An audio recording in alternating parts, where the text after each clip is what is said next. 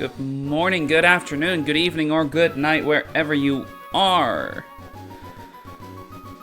Today, it is time for more Run and Bun.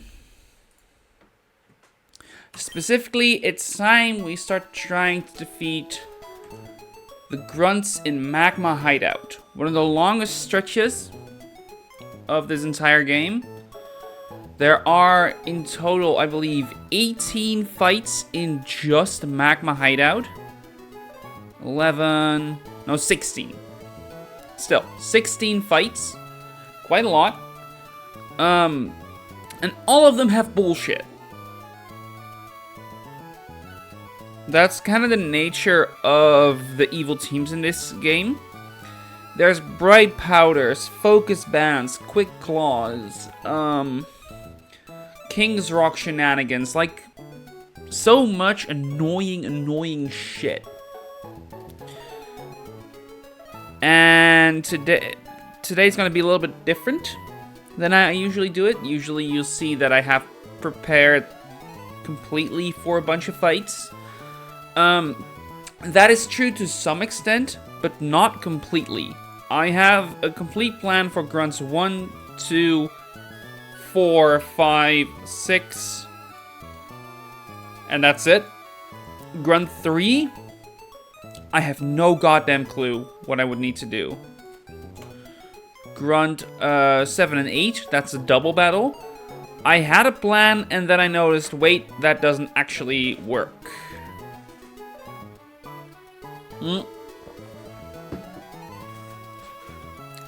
So, yeah, that's where we are at.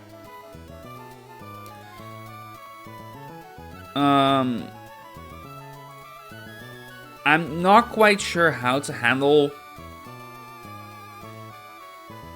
that specific fight yet. I think we're just gonna try and do it on stream. I've got about 4 hours, so I'm not too worried about having not having enough time.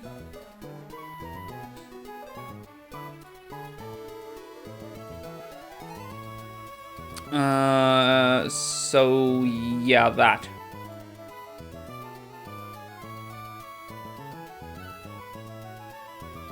Whatever. Was there anything else I needed to do? Don't think there is. Alright, so at the very least, this first 1 to 2 fights look safe. Look deathless. Okay, look. They don't look deathless, but they do look safe. We are gonna be bringing Raihan, and we're gonna be bringing. Not you. We are bringing Wolfric. Wolfric is one of the mons that we're gonna risk right now. Winona can get back to the rest of the team. We are bringing... I'm gonna put you, like, here, so I know that you're under-leveled. Same with you. And... just doing a little bit of cleanup. You know, better to do that.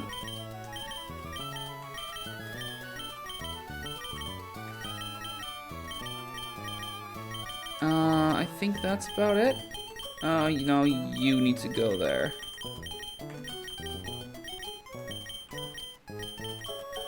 $73 I don't count. 71 I will.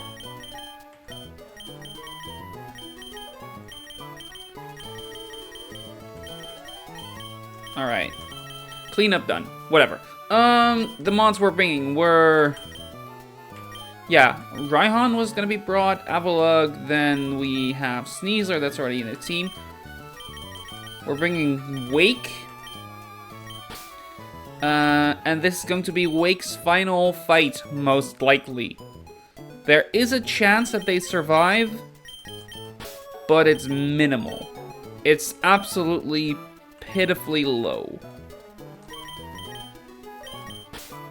I also need to double check. I want to double check this fight real quick. So that's what we're gonna do in a little bit. But first, based on what I have written down, we're gonna be giving a Dragon Fang to you. Wolfric is gonna get the always reliable citrus. So does Ingo. So does Bask. And Roxy doesn't need an item. However, Wake will need one. And that item is gonna be not the white lens, rather the zoom lens.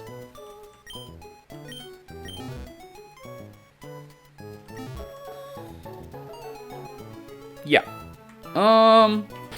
We are also going to be leveling up Raihan all the way to the level cap. We need, like, everyone at the level cap, actually. We need you at the level cap. We need you at the level cap. We need... Wake needs to be at the level cap. Cress and Roxy and Cress I need to double check. This is the big one, though. Raihan is going to take a while.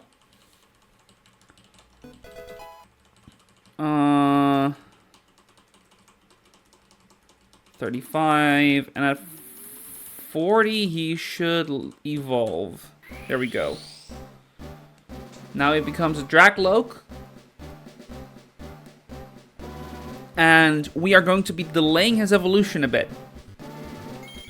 Normally, Dragapult evolves at, I want to say, 65.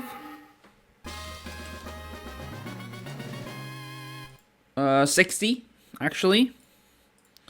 But today, we're not going to be doing that. We instead will be bringing him all the way up to 77 before we evolve him. As a matter of fact, I might as well give him an Everstone, which we do have.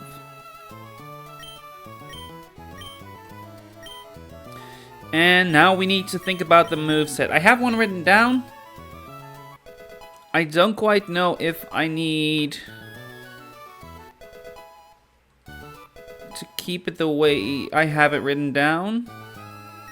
Because Shadow Claw is a move. We're not going to learn it.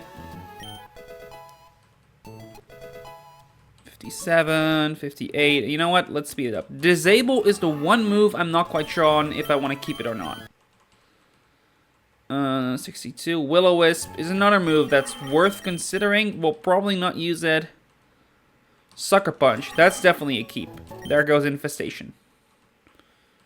Shadow Ball. This is the one move where I'm not sure whether or I want Shadow Ball or Disable. Looking at the upcoming fights and what I have written down for Pulse, where I use Pulse. Let's see. Don't use him here. I don't need to use him there. There, he's Shadow Ball is worthless. Here it doesn't matter. Let's see here.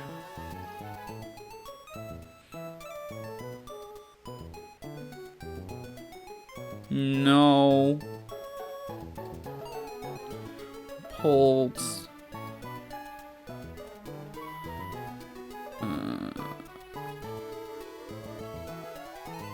Here he doesn't attack at all. I'm gonna try to do something cute with Disable for now. And I'm gonna get rid of Will-O-Wisp for sure, but Will-O-Wisp is gonna get removed soon anyway. We need to go all the way up to... Okay, Phantom Force is a move we're gonna keep. And we say goodbye to Dragon Pulse. And at 77, he gets Draco Meteor, the final move that we're gonna learn it. And it's probably best to get rid of, like, okay, yeah. Now what we said is we're going to keep Disable, and we're going to get rid of Shadow Ball. So I'm going to stick with that. I am curious if at all I can use it. Maybe it's useful for, like, Choice Mons or something like that. And now we need to give back the Dragon Fang. So we go all the way down. Or not.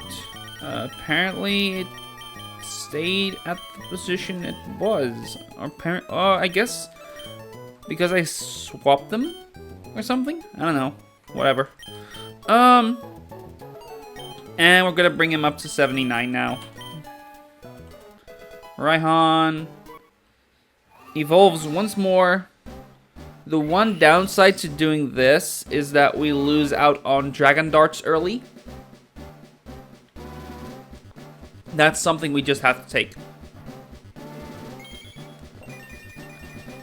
For the upcoming fights, the Draco Meteor is more useful than the Dragon Fang. Than the Dragon Darts. Apologies. And 79. We're gonna quickly check if that's not the one I wanted. Here. Can already kind of see what my plan is over there. At least, well, no, you can see the team. And the 07 may be a bit indicative of what's gonna happen.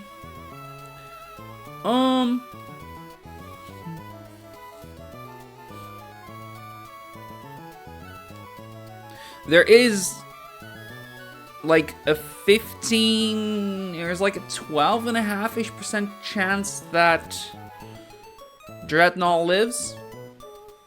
Something like that. We will need to see if that happens. That is in due time though. For now, the main one I needed to check was if I needed Salazzle's level.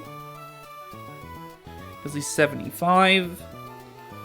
And 75 or 76 does not matter. And for Basque, there was a specific reason we needed 79. But based on what I am seeing, I do not need that.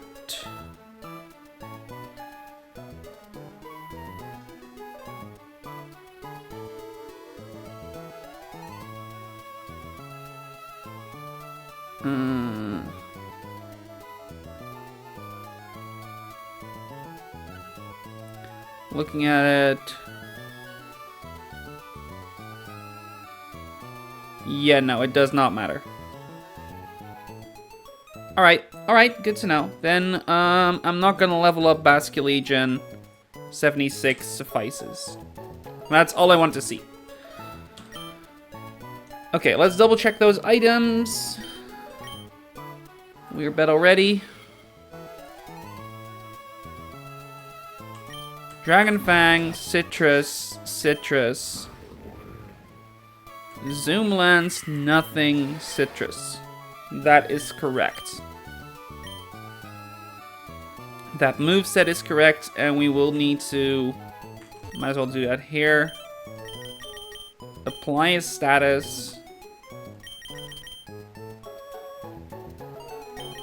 To Cress. Cress is going to be put to sleep. And we will be toxicking Dragapults. I will just do that in front of the battle. I believe Pults can fly, right? Yeah, thank you.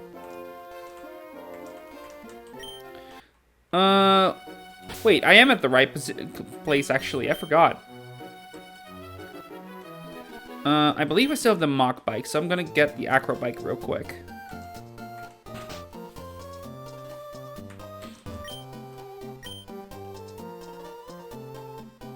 Exchange for an Acro Bike, so I have an Acro Bike now. Cool.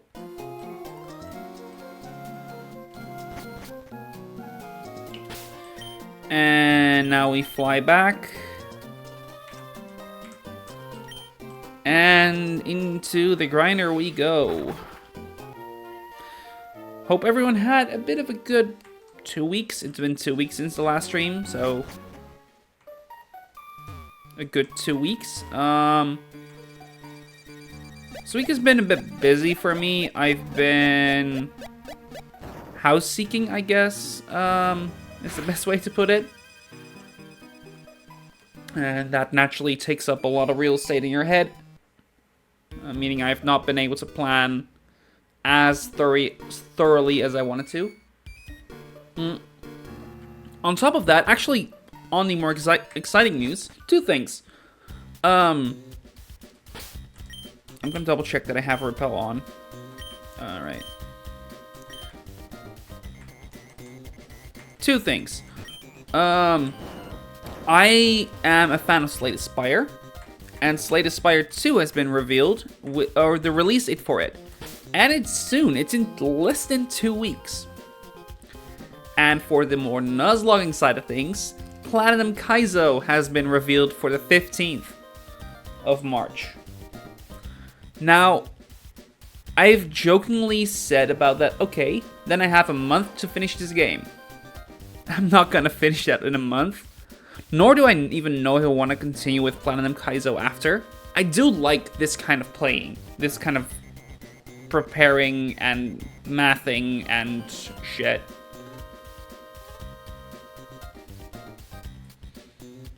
So, yeah.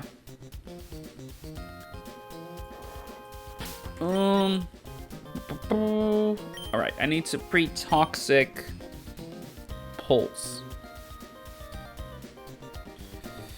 Where is my... There it is. Pre-toxic 1.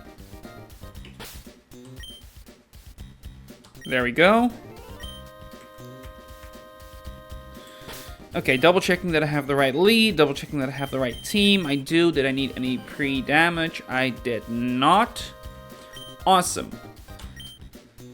Here we go. Once you mark my roll call, we get important guards assignment. Important guarding assignments in the order that we line up. That's why I'm stuck off in the corner. I'm always late for roll call. Mood. Okay, I'm not that tardy. Team Magma Grunt, number 1 of this... No, not Gauntlet, but this series of battles. Leads with a Torkoal. Torkoal has Drought, meaning this fight is taking place in the sun. You notice there's 2 fire types that are incredibly weak to water. Not anymore. Torkoal here has a Quick Claw, has Shell Smash, Fire Blast, and Solar Beam. It also has Explosion, but since we're Ghost type, that's not really relevant. There's 2 moves that it can use here, Shell Smash and Fire Blast. If he Shell Smashes, awesome. We are more than golden. We know that we only sack 1 Mon today, at most. Or at least in this fight.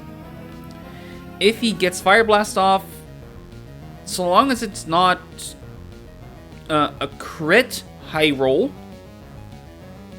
we are still golden. We are going to Draco Meteor, and that Draco Meteor does a lot to Torkoal. If it crits, we're even just done. And here he goes for Shell Smash. That was the most likely move there. It was a 90% chance to go for Shell Smash. So this already saves the life of Avalugg, of Wulfric. The odds of me losing Wulfric there, for what it's worth, were 0.029%. It's like a 1 in 300-ish? No, 3,000-ish. That's nihil. That's like barely relevant. Tauros comes in. At this HP amount, Pulse is only dead to a Play Rough. And therefore we can switch in Wulfric, who's a physical beast of a tank. And because it's a physical beast of a tank, and side note, this Tauros has Sheer Force and Life Orb, so we're not afraid of any secondary effects here, but the damage, of course, is much increased. We're going to switch in Ingo. I'm going to double check that I do that right. Ingo, yes. Ingo takes the Fire Blast and should be fine from there. We hope that it misses, of course, because that makes the fight a little bit safer. A tiny, tiny bit. Or, actually no, it doesn't make it safer, but it means that Wake has a higher chance to live. We will see though. Fire Blast has, of course, a chance to miss. That is fine. Even at full HP, Sneasler is dead to dual wing beat from Charizard, which is what's going to come in next. Okay, the Fire Blast hit. We had a Citrus Berry in case of a critical hit. That was mostly there, so Charizard wouldn't be using Flame Charge. I'm going to double check the damage here. Yeah, CC here, we are faster, and we kill. That's level 79, we are definitely faster, and we definitely kill. So close combat, here we go. Actually, no, the Fire Blast hitting or missing did not matter whatsoever, of course, because of the fact that we are getting a defense drop here. I completely forgot about that. Anyway, this baits in the Charizard. Charizard is a mon that sees a slow kill while not being killed himself. The other two are dead to Ingo's moves, at least they think they are. This is gonna use Earthquake or Dual Wing Beat. We hope Dual Wing Beat, because Wake can take that better. And it might save his life. We will see. It is Flame Charge? It can do that? That genuinely might save Wake's life. Or screw me over completely. I think it doesn't, though. It shouldn't. It shouldn't. In fact, that should actually probably save his life. Okay. No, it's not gonna matter, but it is good. I didn't know it could Flame Charge there. I guess in the sun it saw a kill? No. Oh, wait, because I'm at -1, yes it did. Yes it did. Yes it did. Okay, well that's fine. That's honestly better.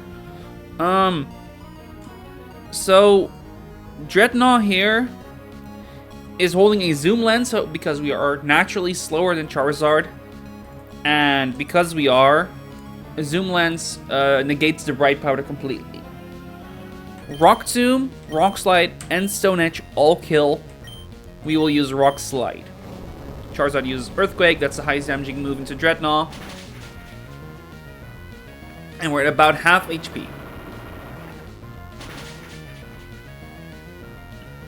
At 118 HP, that should bait in the Hisuian Arcanine, because Hisuian Arcanine is faster than us and sees a kill. It's a guaranteed one with Head Smash. But only with Head Smash. Though this is where the chance for Wake living comes into play. If Wake dodges the Head Smash, we can Rock Tomb it, and after one Rock Tomb, we are faster. Rock Tomb doesn't have a chance to kill, but 2 Rock Tombs do, naturally. Like, it's about 50%. So, Wake, show us what you're made of. And it's a dead. Okay, well, that is fine. That was the expected outcome. And we don't mind it. We are going to be bringing in Cress. Yes. Cress, even though Liquidation is quite effective, thanks to the Sun and the decent defense of Hisuian Arcanine, does not show a kill. So we only show a slow 2-shot as Cress comes in. We've put Cress to sleep. That way, Hisuian Arcanine here always goes for Howl. When our Mon is incapacitated, as it is called in the AI logic, which includes being frozen, being put to sleep, etc., then boosting moves such as Howl are incentivized. Incentivized enough so that they are always clicked over the highest damaging move. That means we have a safe switch in here into Roxy. Right? Right. And Roxy here is faster and has Encore. So we can now stall the fuck out of this Hisuian Arcanine by clicking Encore as he keeps going for Howl. Howl has a fairly high PP amount. So we can basically stall it for eternity. While we KO Hisuian Arcanine with toxic damage. We specifically needed to use toxic here for the very, very, very simple reason. Pardon me. For the very, very, very simple reason that Hisuian Arcanine has a focus band. That focus band means that if we KO it with direct damage, there is a chance that it dies, that it survives thanks to the focus band proccing. Now instead, now that through toxic damage, it won't. Toxic damage actually still goes through focus band. Okay, so we need to keep an eye on the Encore. It's hurt by poison. This should be the end of it. Encore ended. Perfect. So we use Encore again.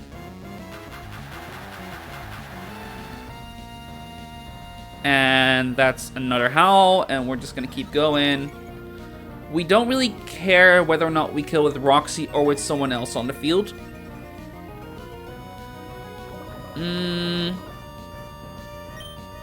Is that true? I guess it skips a step. Nah, whatever. We'll just KO with Roxy. We've planned in a way that we could do that just fine.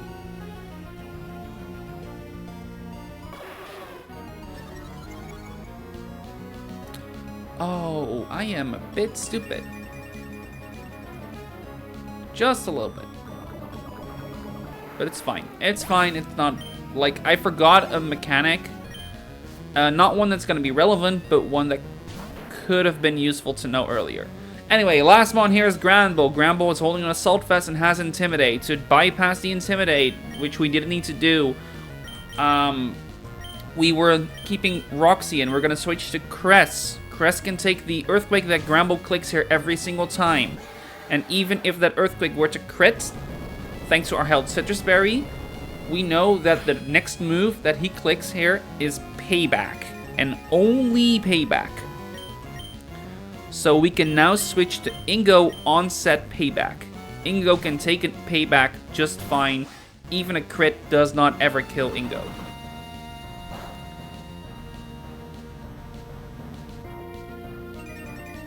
Alright. And now we Fake Out. That way we do a tiny bit of chip. Enough so that Poison Jab here is a kill. And that's the first fight done. One death, sadly, but one that could not be helped. One that we had planned. Actually, could not be helped. I don't know if that's true. I hope it was. This was the only way I found that was riskless, basically.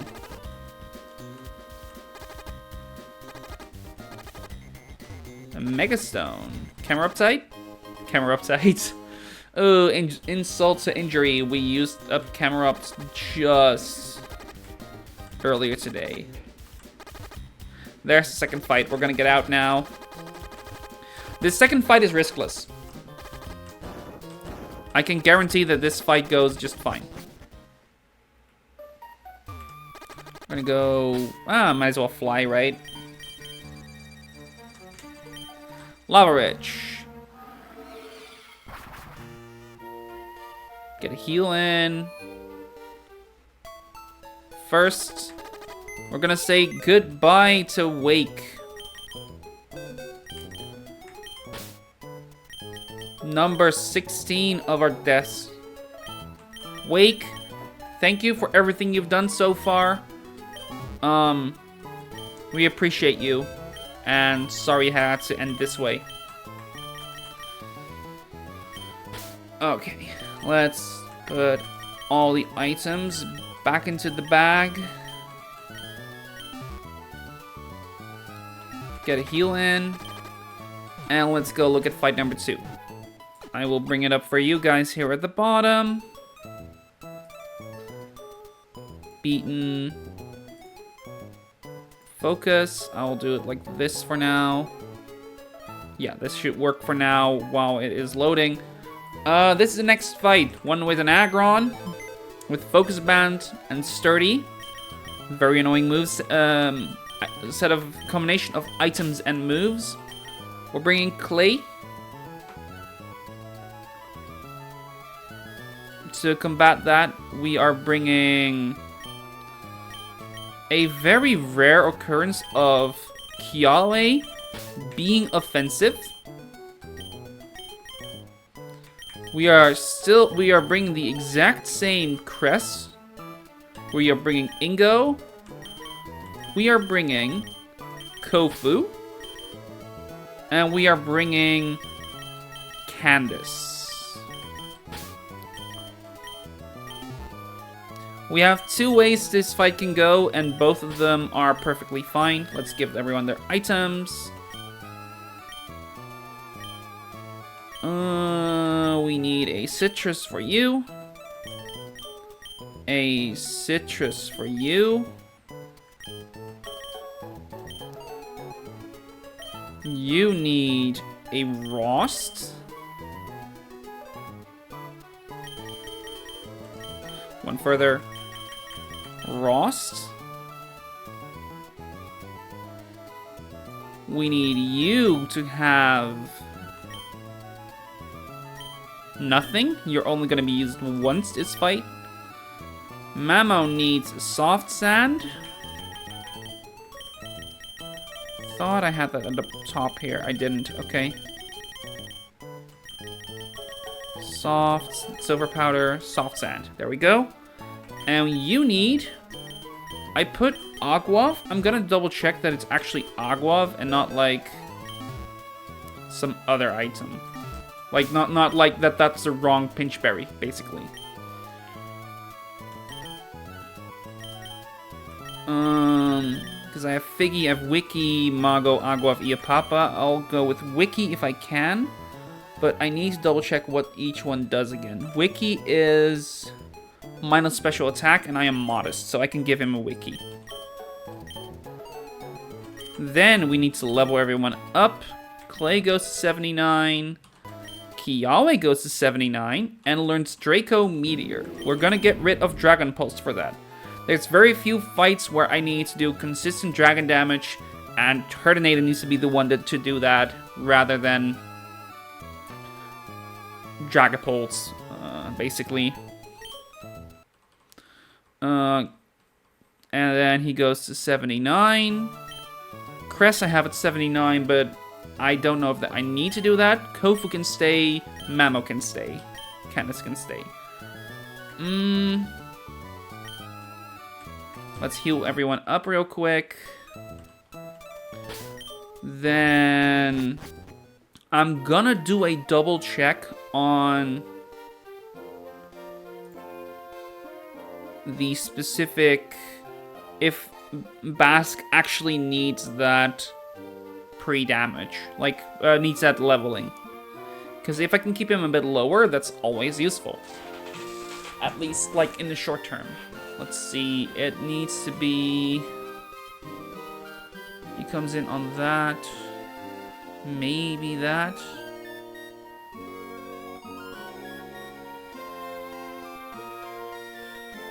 I did need his HP for something. I don't see what though.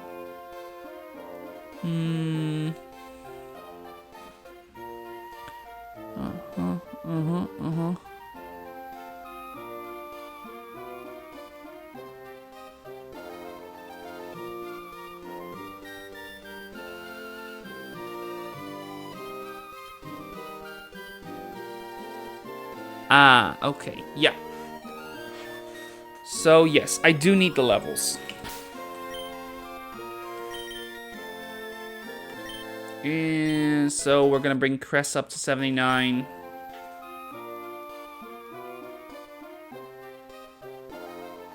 And what was I thinking about? Oh yeah, let's put this guy proper. There we go.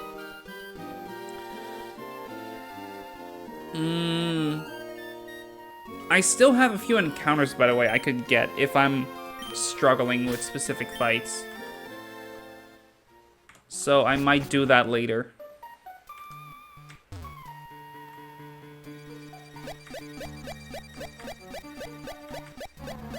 And up we go, and in we go. Including hair, by the way.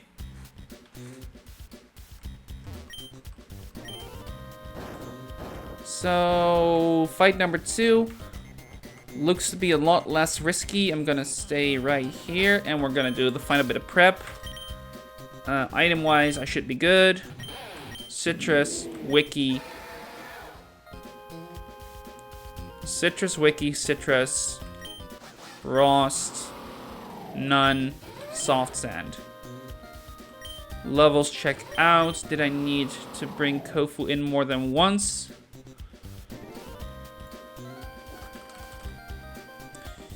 Yes. Oh, no, wait, no. No, I don't.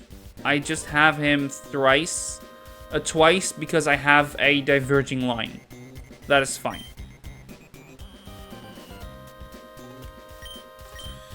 Alright, then let's do the final bit of prep. And that would be to bring... Where's my script? There we go. We pre-damage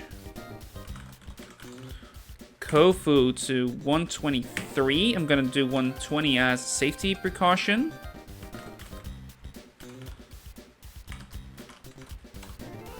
We're gonna pre-sleep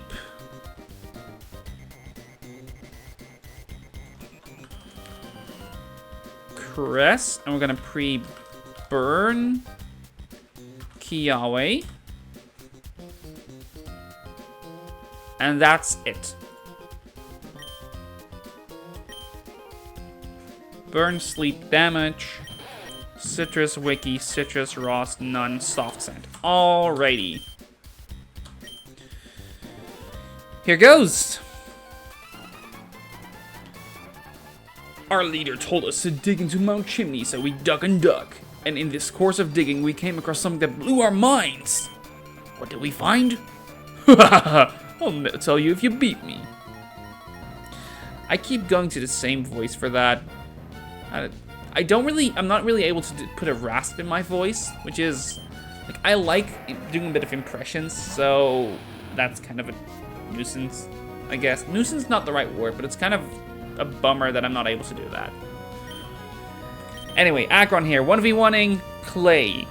It can click one of 3 moves. The most likely here is Stealth Rock. It can also click Counter or Heavy Slam. It has a Focus Band and Sturdy, so we can never kill it in one hit. Once again, I want to remind everyone, it has Counter. So what we're going to do is we're going to click Knock Off here to take the Sturdy out, as well as the Focus Band in one fell swoop, while not being dead to anything from, like, any counter rolls. Knockoff crit will never kill Aggron, or do enough damage to Aggron so that Clay is killed in return. Alright. And you use Heavy Slam. Okay, then we are in this line. Now Earthquake kills. And at 188 HP, I believe Virus sees a kill. Sorry, I'm being a little bit too fast. Right now, Electivire comes in because Electivire sees a fast kill. It sees one always. It should see one every single time. And if it didn't, that would have been fine as well. At this HP, actually, it's always Cross Chop. So I can switch to Crest safely while baiting Cross Chop. Or, oops. Or at worst, Magna Rise. Actually, that's better, right? Alright, this baits Wild Charge. So we're gonna go back to Clay. And we can just kind of keep going. Because there's 5 cross chops, and we just need to count those.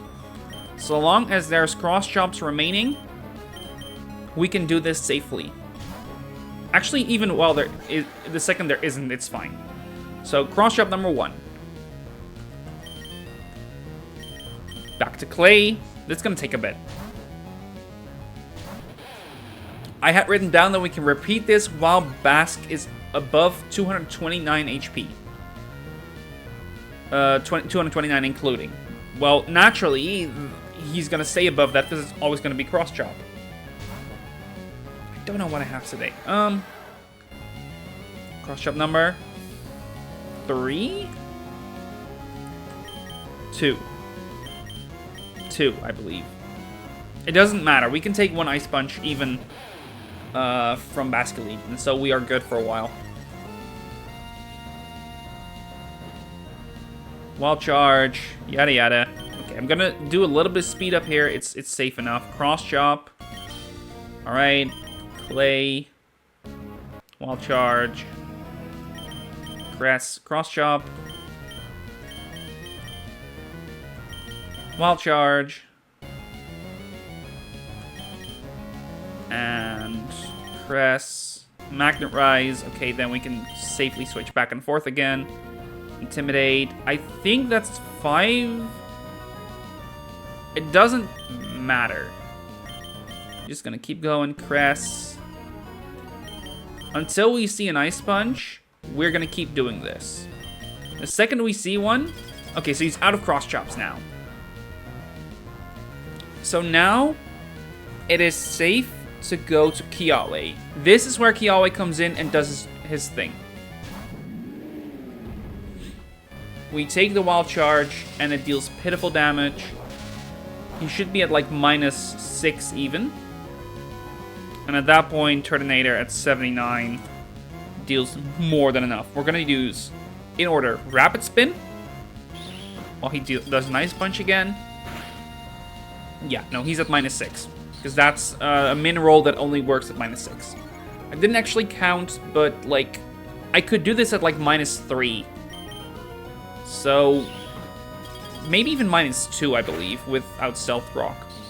So, yeah, this is just optimization for the sake of it.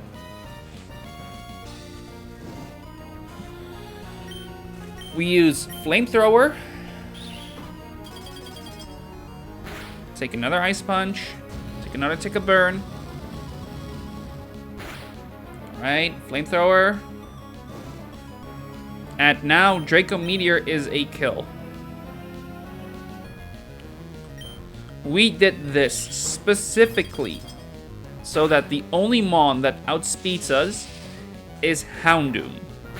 That's why we needed 2 Rapid Spins. At +2 speed, Turtonator, even though he's at -2 and at like 70 HP, baits Houndoom here. And it's clicking one of 2 moves.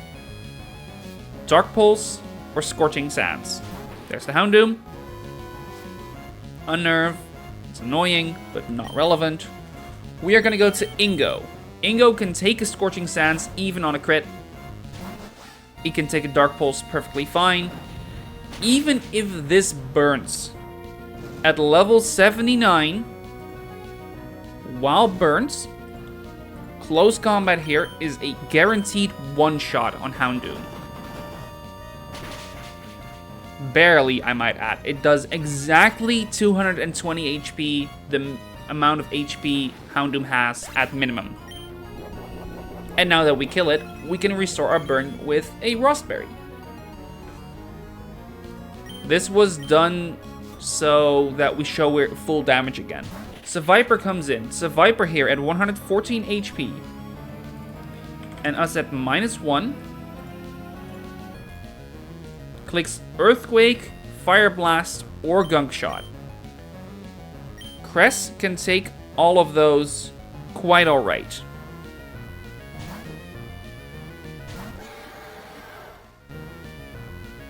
Gunk Shot is arguably the second best move.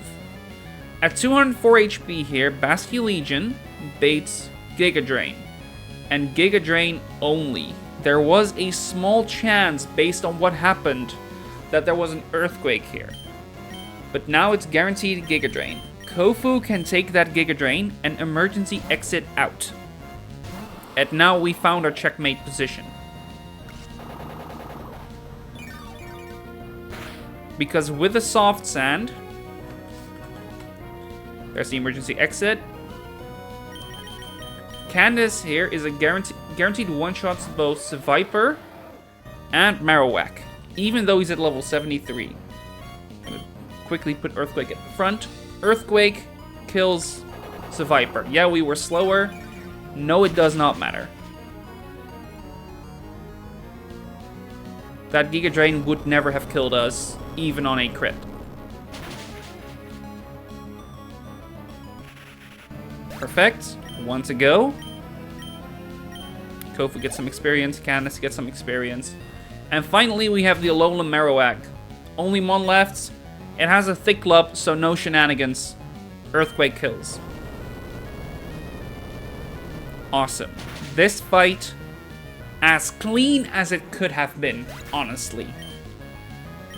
Not having the Stealth Rock is very, very lucky. Genuinely.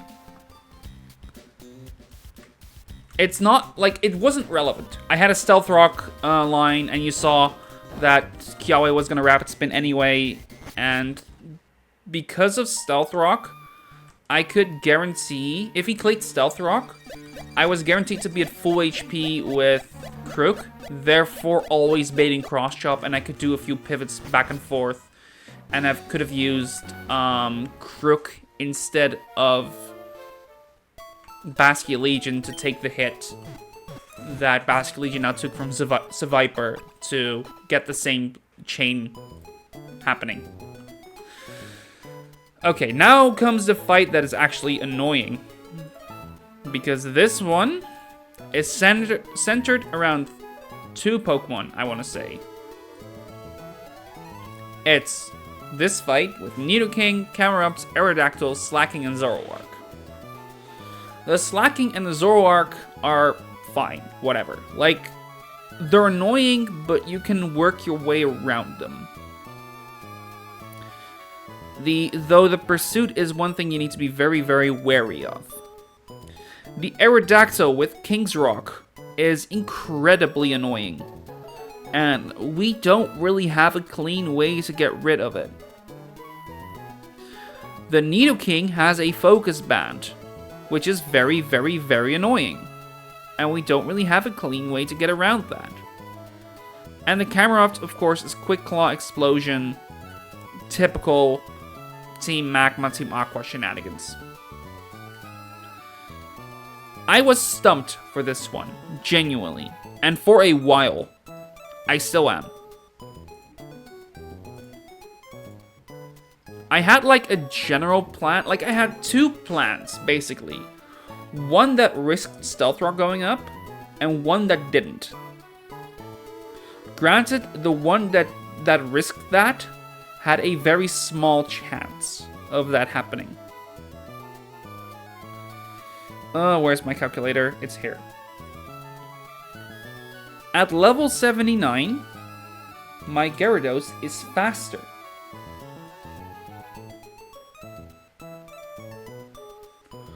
And because it is, we can kill it. I had 2 plans, basically. One involved using Sneasler, who's going to be brought to this fight anyway, because he's incredible for both the Zoroark and the Slacking. Like, there's a checkmate position there. Kind of. Or at least, like, a very good position I can set up that way.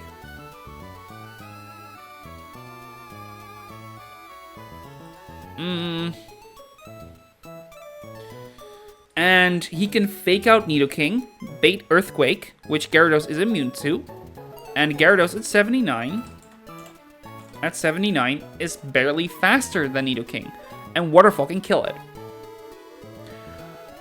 But, because of the Focus Band, there's a 10% chance that he survives, and therefore gets Stealth Rock up. And that Stealth Rock kind of ruins the entire line I had planned for that. Side note, Dreadnought, thank you, bye-bye.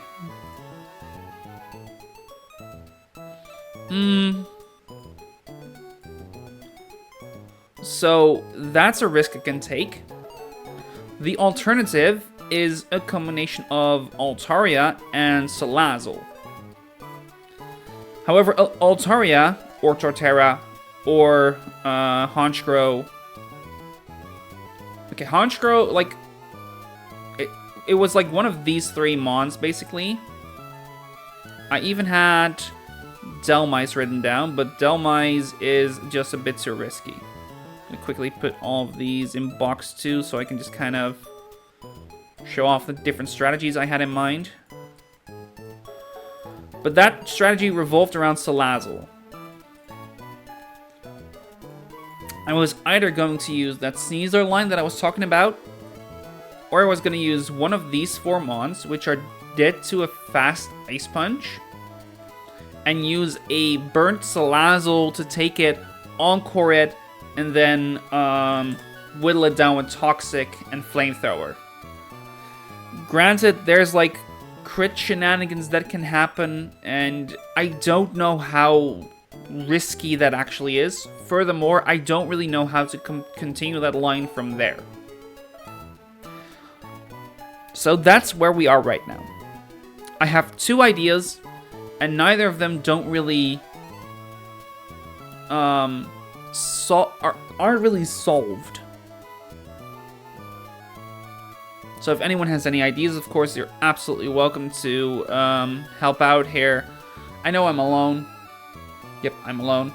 So I'm not expecting anyone to help. But I will also just, you know, start working on one of those plans myself too. Got it on a separate window, therefore you'll see me like ticking around. The one thing that's gonna happen regardless for this fight is we're gonna give Sneasler Brick Break. That's a way to deny Aerodactyl, and Earthquake, and always bait dual Wing Beat.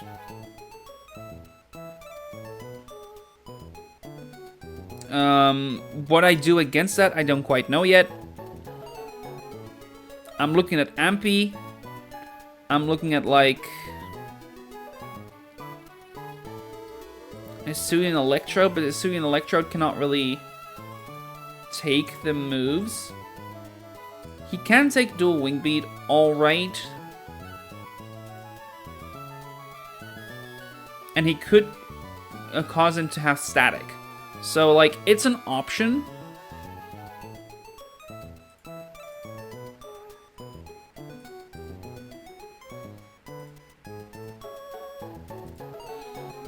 But I don't quite know what the correct answer is there, you know? The one thing I was considering is dual Wing Beat here.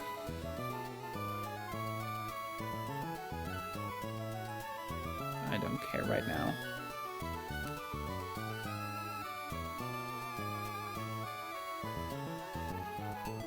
I don't care right now. Like, Hisuian Electrode is probably my best bet in taking him on. With a Life Orb, I have a chance to kill with Thunderbolt. And with, like, some Fake Out Chip or something like that, I can probably make it work. Thing is, if I hold a Life Orb, I need to come in on Earthquake. And I don't quite see how to do that. Actually, I do. No, I don't.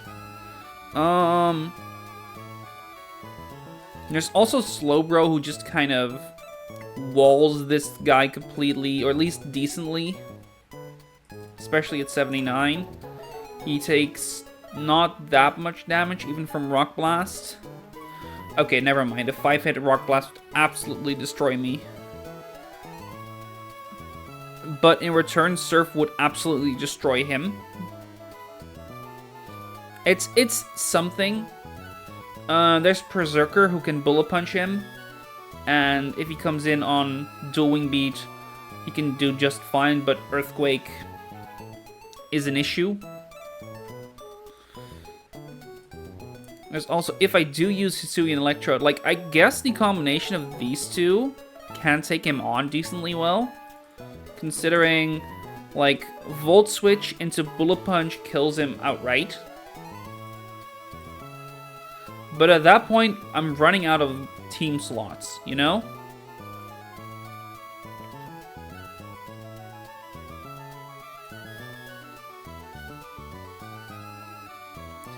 especially, and that's especially an issue because he baits in Camerupt, who will Eruption, and that's not a move I want to take with anyone, except maybe Hisuian Arcanine, but he doesn't want to get hit by Earthquake.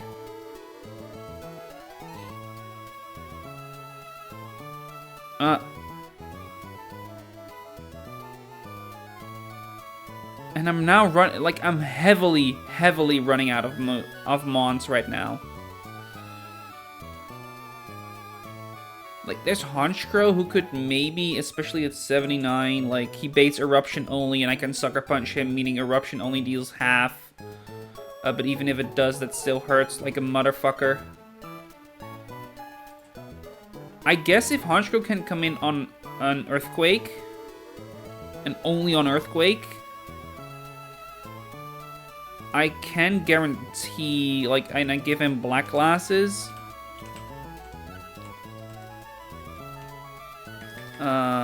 Black Glasses. Then Sucker Punch double hit kills. And it's priority, so I'm not afraid of Explosion. And the first one, I'm dead to Eruption. While after the Sucker Punch, I am not anymore, even on a crit. So I guess Honchkrow might work. The problem is, in order to have Honchkrow at low enough HP, I need to be low enough to where Stone Edge also sees a kill. So we're back to square one.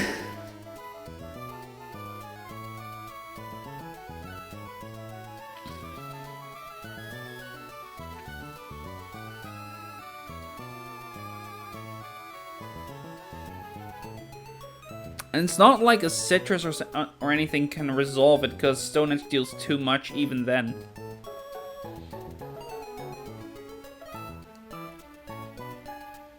Like, in practice, Camerupt, especially if you can bring him in last, Camerupt is not a danger to me. But the second he isn't the last one I bring in, I am in trouble. And Berserker would cause that. Not to mention he baits Earthquake or Eruption, and I don't have anyone who can take on both. Altaria maybe. Altaria takes both while being in range of Ice Punch, I guess.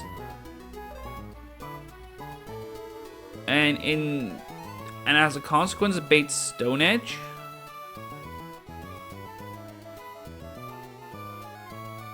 Which I could take with Sneasler. Oh, I was gonna bring anyway, I guess. Who could then Fake Out to deal some chip. Still baiting Earthquake. All this, by the way, while I also still need a Ghost type.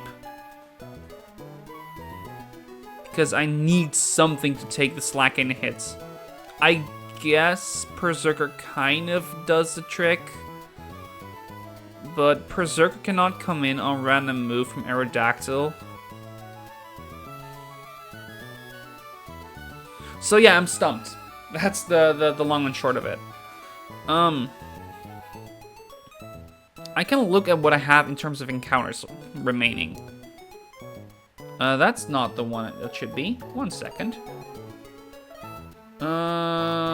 Window encounter routing, that should not be this one, that should be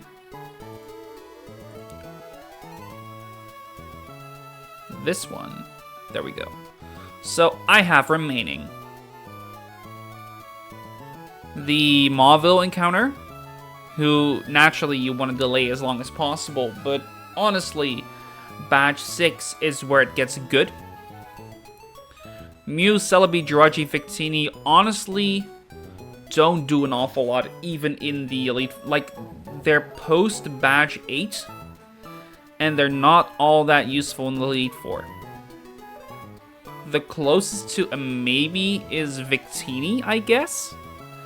And I do believe that none of these, barring Jirachi, have been Hall of Fame so far. Which, you know, not bad. Let's see what the Hall of Fame. There we go. Might as well show it off. The Run and Bun Hall of Fame. It's... My god, that's outdated. That's not the right one. Is it?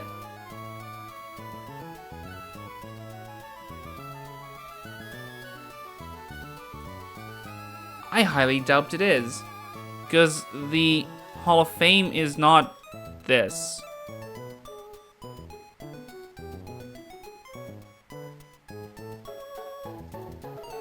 Because the total count should be at 89 by now, and this is not 89.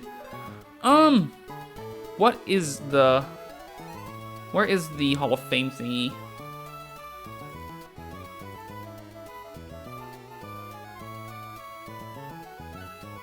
This guy? Maybe? This guy. There we go. This is the one I was looking for. Because that brings me to 89.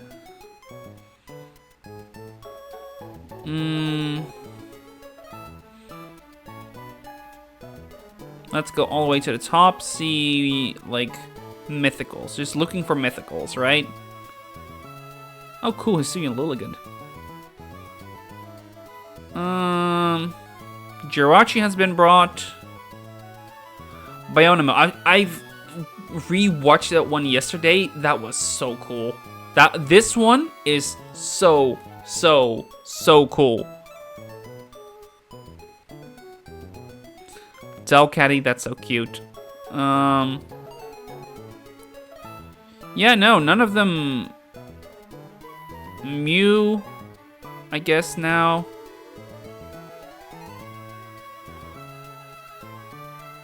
Oh, that is so cool. Masquerade. Another Mew.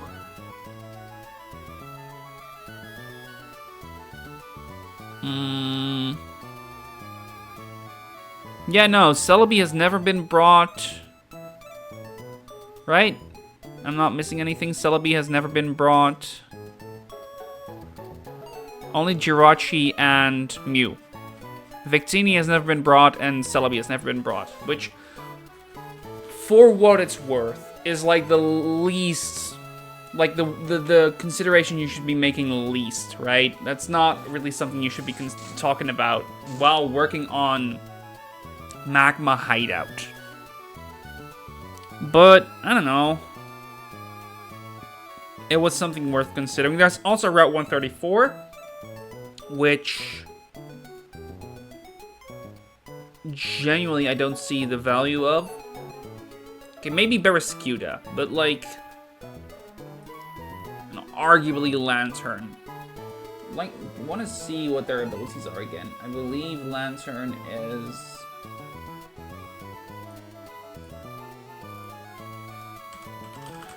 Lantern is Volt Absorb and like has some decent moves, but nothing all that relevant.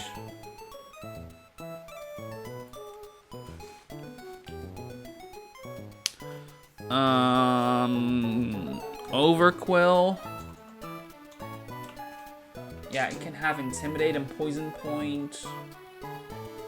It has like okay moves, but not really anything that's gonna be useful here. That I see, at least. Nothing that stands out to me. And Dragalge ain't no way. Dragalge... Sorry, there's a fly here, and I need to kill it. Dragalge is piss poor. Yeah, his damage is good. And his bulk is pretty decent.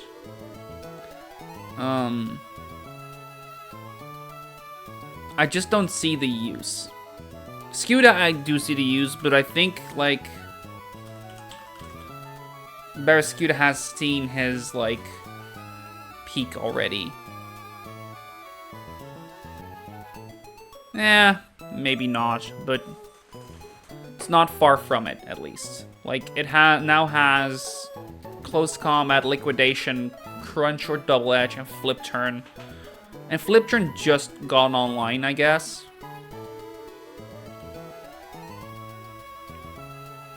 You can also give it poison jab and break.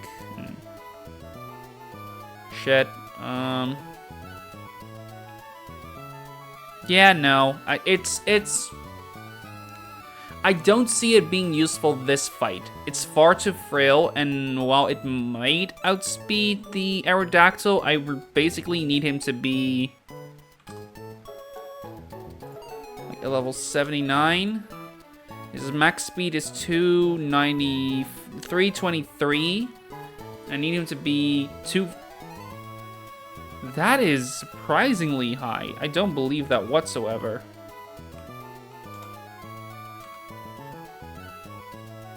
Really, I just need him to not be negative speed and min speed.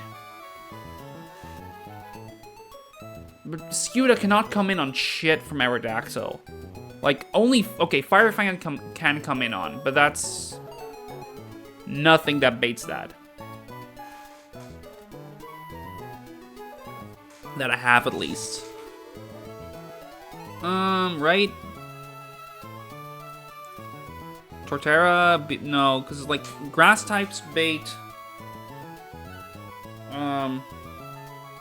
Grass types bait dual wing beat, unless they're steel types or something like that.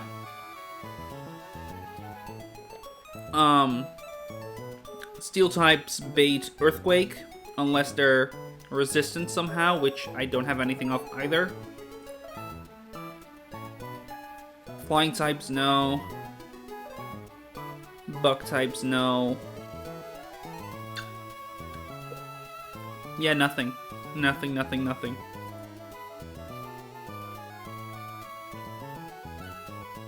And the final mon remaining was Sharpedo, I believe. Which is cute, but does not do shit here. It gets Aqua Jet, alright, sure. But it's frail as fuck.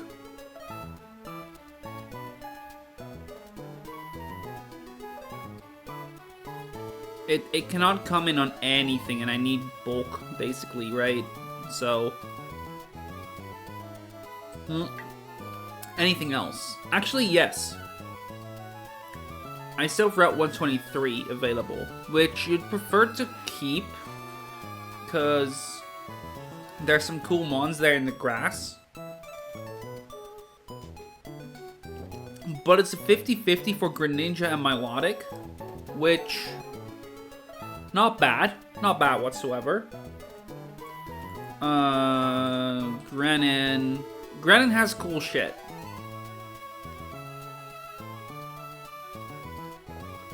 Oh my god, it gets spikes. Holy shit.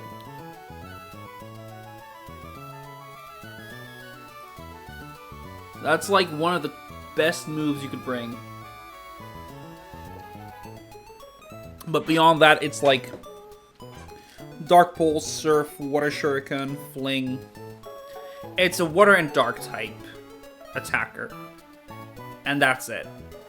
It's not bringing anything special to that end. And Milotic. No, not Miltank. Milotic. I guess Marvel's skill is cute. And it gets Scald and Recover. Which, yeah, okay, those are good moves. But an Aqua Ring, unironically, could do some shit here. Especially if I pre-burn Milotic or something.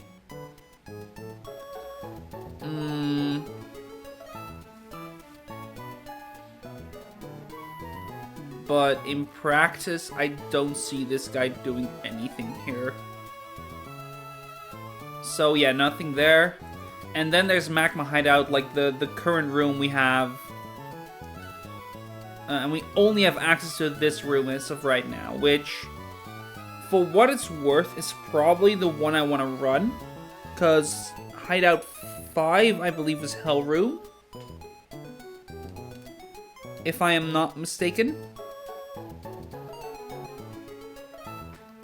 right? I'm correct on that, right? Magma Hideout 1 to Hideout 5 is Hell Room, right? The one with the swirling magma with the magma storm active. It unilaterally has the best mons there. Like, Shelgon, incredible. Hydreigon, incredible. Excadrill, very good. Garchomp, ridiculously incredible. Flygon, very good. Tyranitar, awesome.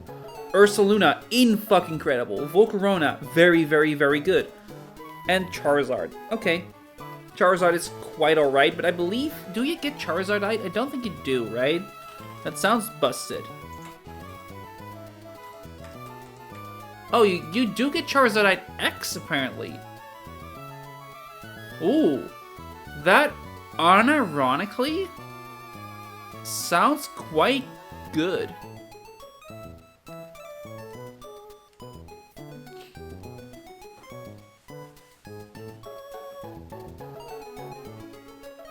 I think you get it very, very late, though, right? Charizardite. Victory Road. Yeah, then it's not nearly as good as I thought it would be. Then it's not relevant. Then it's base Charizard, and base Charizard is not good. It's a, like... It's an overheat machine. You can get overheat through Charmeleon. Which... What do you lose from that? Like Dragon coverage, I guess? And dual Wing Beat? Dual Wing Beat. Huh, you learned it twice. That's neat. Yeah, you lose dual Wing Beat and like Dragon Rage and Dragon Pulse. No, Dragon Pulse you don't even lose though. Yeah, still. It's not great. Not worth it.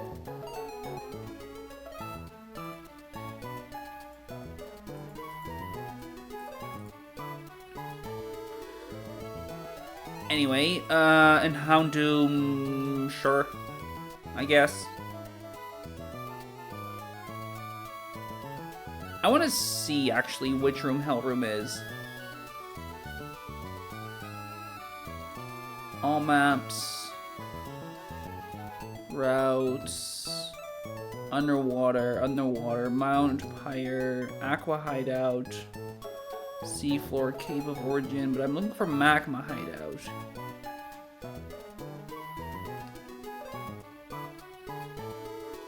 Sealed Chamber, Aqua Hideout. Magma Hideout, there we go. This is... Room 1. Room 2. Room 3. Room 4. Room... How do you get there?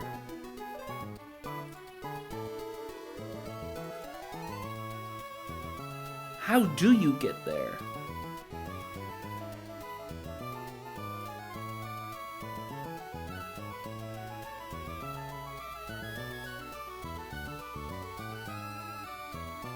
$149 is Hell Room.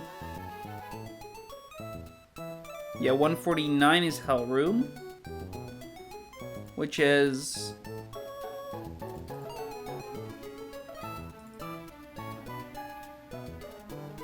I don't even know which room is which. This is 6 and 7. This has to be 5 then. Hell Room is 5. Yeah.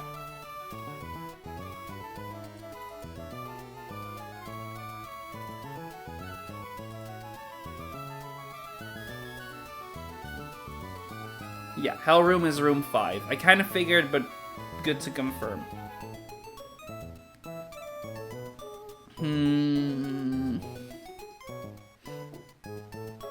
Yeah, I don't know. I I genuinely don't know what to do here.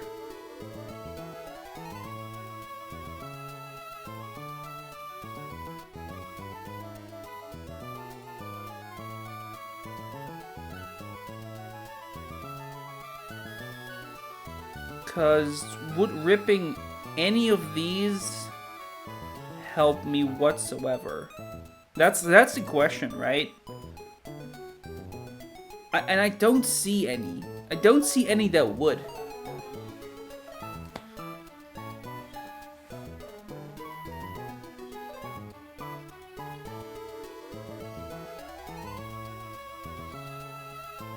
Unless I am missing something. Like maybe like this would be the one that most likely does something for me. But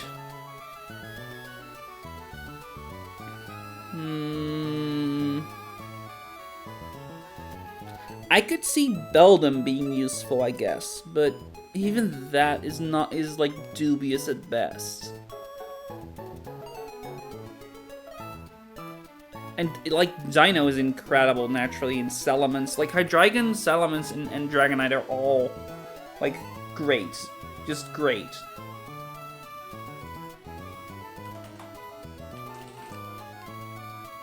And Dragonite in particular could be really useful considering Inner Focus if it wasn't for the fact that it's weak to Rock, god damn it.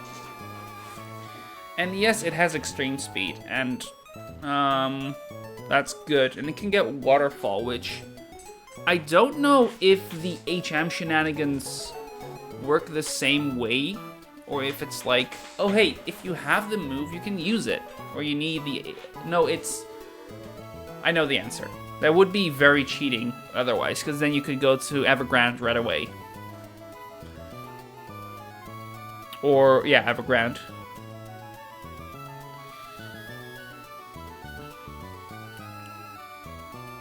So Dragonite, like on paper, I don't think he does anything for me. Hydreigon, same deal. Though, what he can bring is really good. At least. And the final one would be Salamence. And of course you don't get Salamencite. That's ain't no way you can get that. That's way too broken for you to get.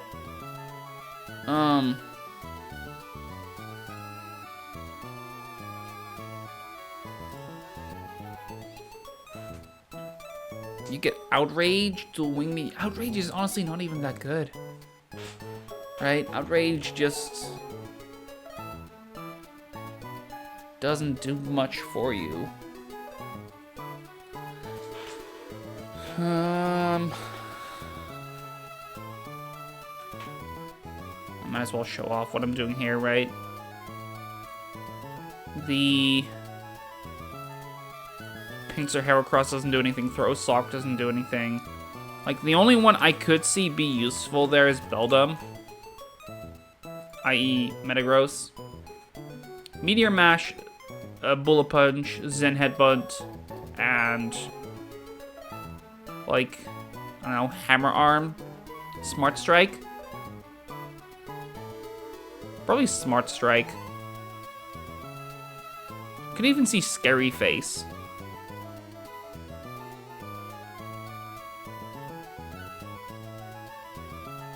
Not to mention, like, Ice Punch, Thunder Punch, Brick Break. Psych Up is also kind of cool, but not here, not now.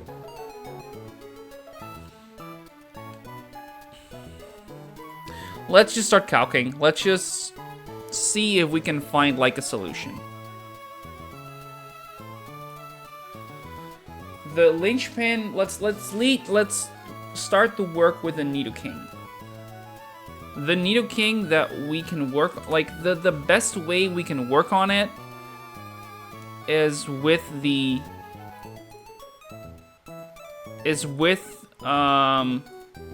Gyarados or with Salazzle.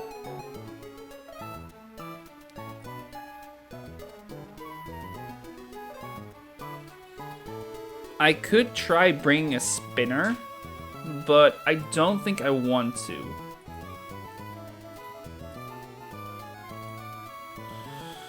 The most reasonable way, I think the most reasonable way to do this is through Salazzle Encore and pre-burn it and bring like an Aguav, because the Ice Punch rolls are not that scary. Now, which one we're gonna use for the bait, that's gonna be to be defined later. Regardless, if Salazzle were to stay in, it would bait in Aerodactyl first, which is not great.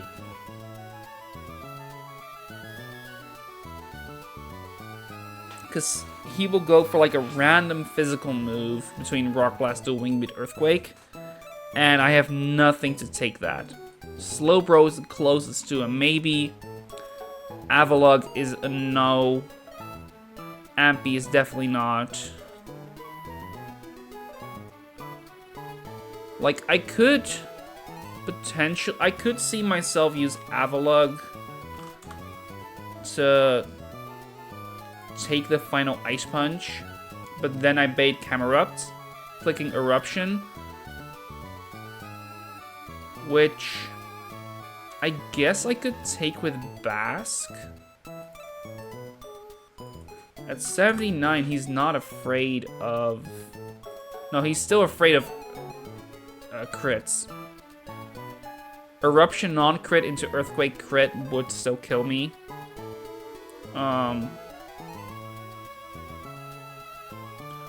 Though I did want to bring Basculegion anyway, for the simple reason that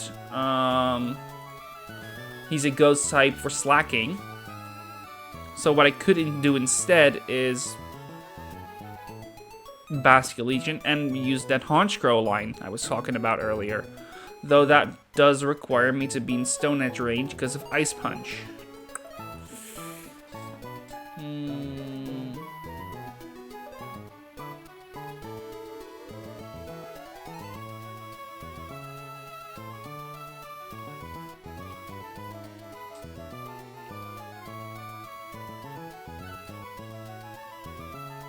I could also Encore it into Stealth Rock, right?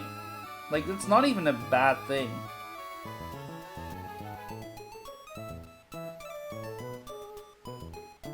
I would just need to find a way to get rid of it.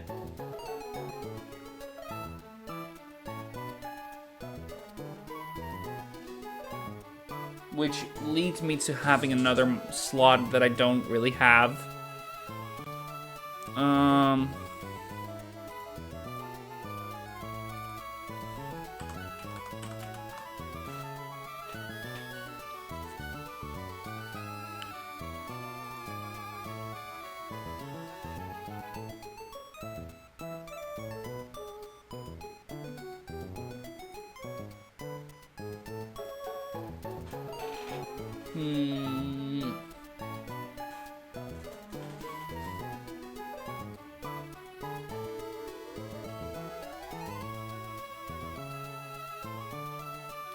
I suppose the, like...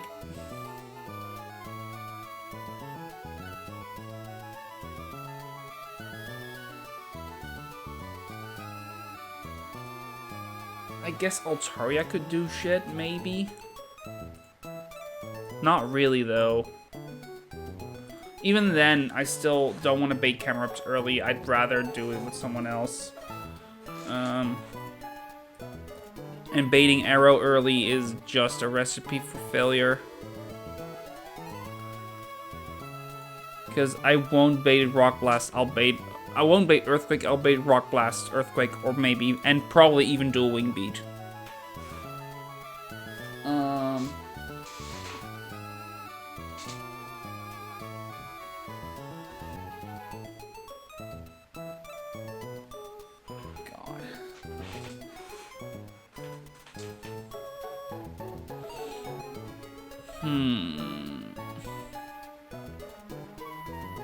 Like, this looks like... Berserker probably looks like the best bet I have against Aerodactyl, considering Bullet Punch and Earthquake doesn't kill me.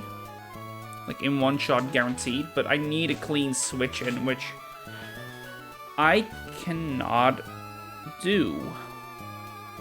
Is this just gonna be a fight where I need to risk it? If that's the case, then I'll probably do these two. I'll probably go with this line. For a very simple reason that the fake out waterfall line probably looks more promising, and I had a backup for it. If somehow, like, if the stealth work does go up, I might be in trouble, but it's it's like a 60% chance, I believe, after turn 1, so meh, not really safe, but it can happen. And then if Focus Man does proc, I have Skill Shot, which will allow me to outspeed a bunch of shit.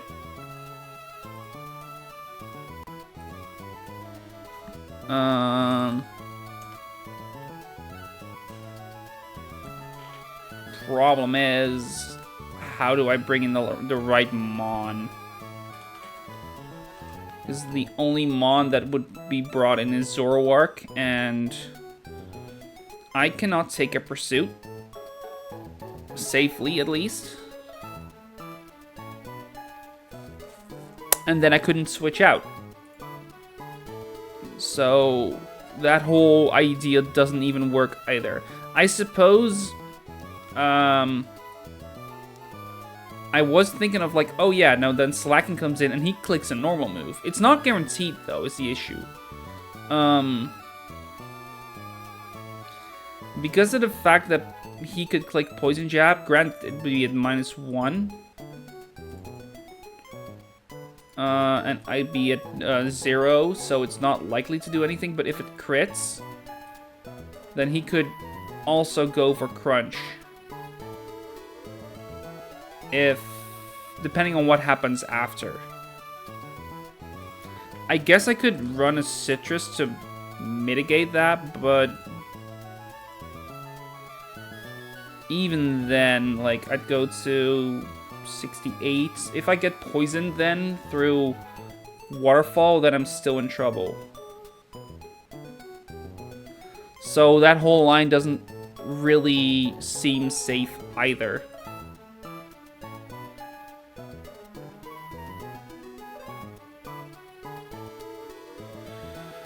I almost feel like I just say fuck it, I should say fuck it, we ball. Huh. Hold up. Berserker does get fake out, right?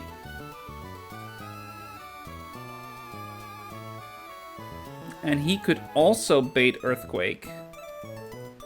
Much more likely to, even. And I suppose I don't even need to do that. I just need him to be at 164 HP to guarantee Earthquake, so Gyarados can come in. But at that point, why not just lead Gyarados? If I'm gonna risk it with Mystic Water.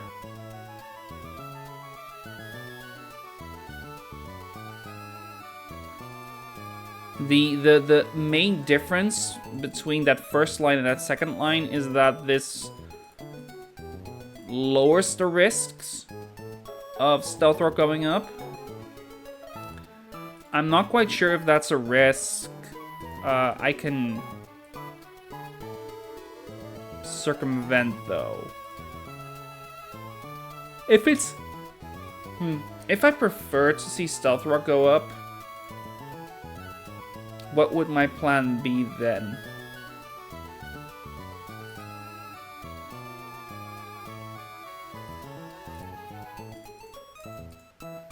Oh, he's still -1 defense, no. Because then it'd be slacking, it'd be... It could just be Delmise. That's 79. Going to +1 speed. It would bait in Zoroark, clicking Fire Blast. basically guaranteed. And I do have a way around that. Just a Rostberry Sneasler.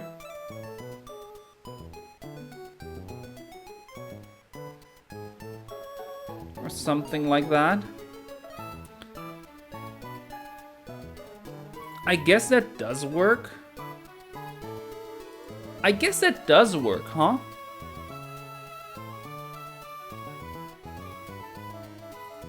Just run Mystic Water Gyarados and assume I'm not getting crit, and if I do, like, if Stealth Rock does go up, I still have, like, a way around it.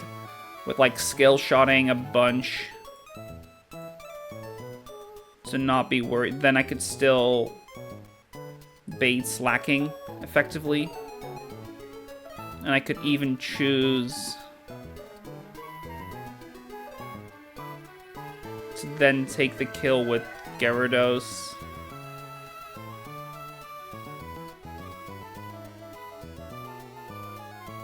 Like, use a Waterfall straight away.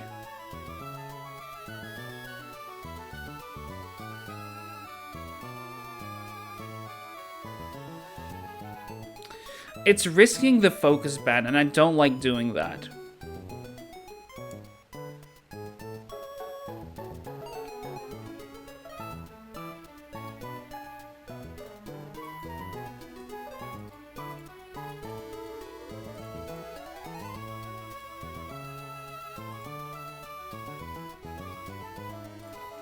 What about running a Life Orb? Then it would be Camerups coming in, clicking Stone Edge, which he can take.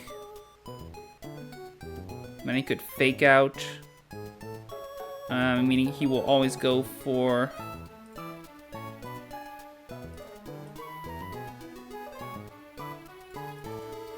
One sec, double checking that the HP goes correct.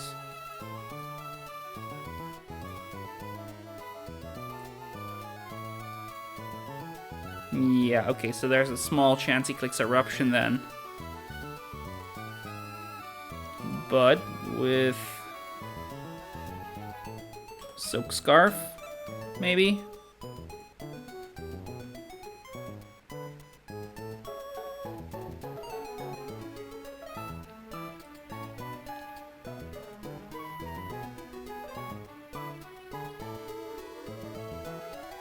Then I still have a chance to bait that move. Barely. Darn it. Well, okay.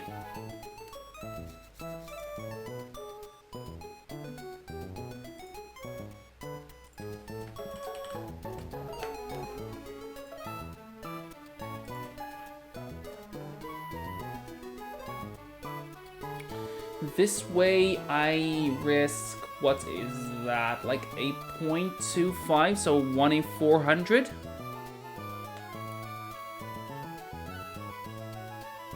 I guess that's alright.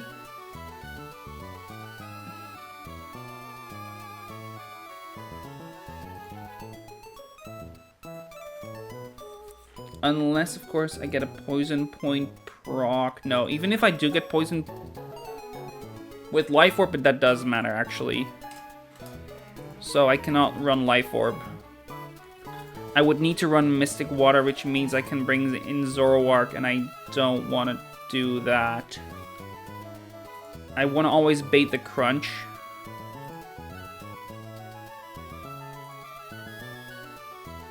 I'm always baiting the Slacking, which I cannot guarantee then. So it's not an option. It's just not an option.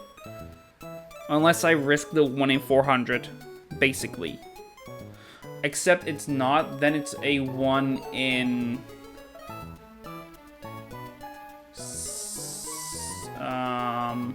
it's like a 6% chance.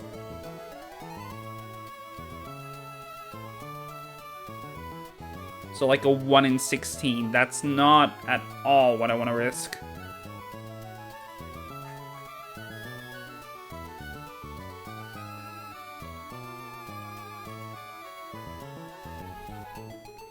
but I don't see any lower odds. But I've also just been kind of stuck on that.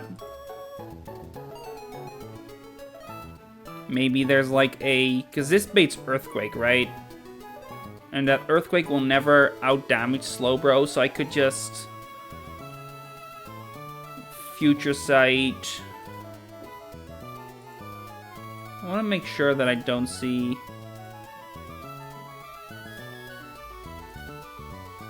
anything else first. I can guarantee that Slacking comes in first, I guess.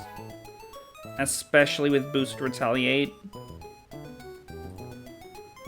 How's the run going? Hi Z. I want to make sure I said that right. G? So the turtle will run on the side for me because I don't want to calc. Mood. So, I've been hard stuck on this fight. I don't see a way to deny Stealth Rock. That is... Like, I don't see a safe way to deny Stealth Rock. Z is fine. Okay. Yes. Fuck this one. With a passion. Okay. So, do you have a Gren? I don't remember. You do. I don't. You can see the entire team on the left, and I might as well actually update my team with an export. But, I have a 50-50 for it. Gren can chain 3? Really? Is Gren that good against Aerodactyl? Or does he... What does he chain? Like, like, genuinely, I don't know what he chains. Like, it's not like...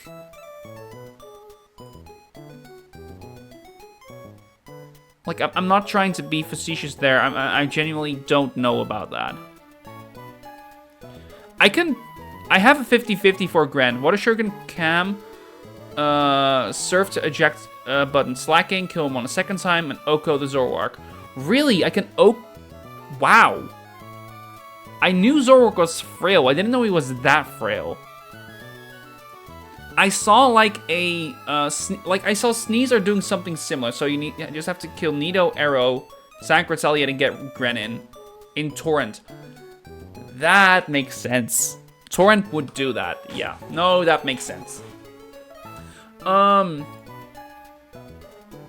Okay. I have a 50-50 for it. Like, I still have Route 123 available, the surfing or the fishing there. So I could surf a 50-50, Milo take Greninja. Honestly, I guess that kind of could work then. I think it might be kind of IV dependent. You know what? Let's try. Export. Gren is a pretty good mon. Oh yeah, no, I don't doubt that.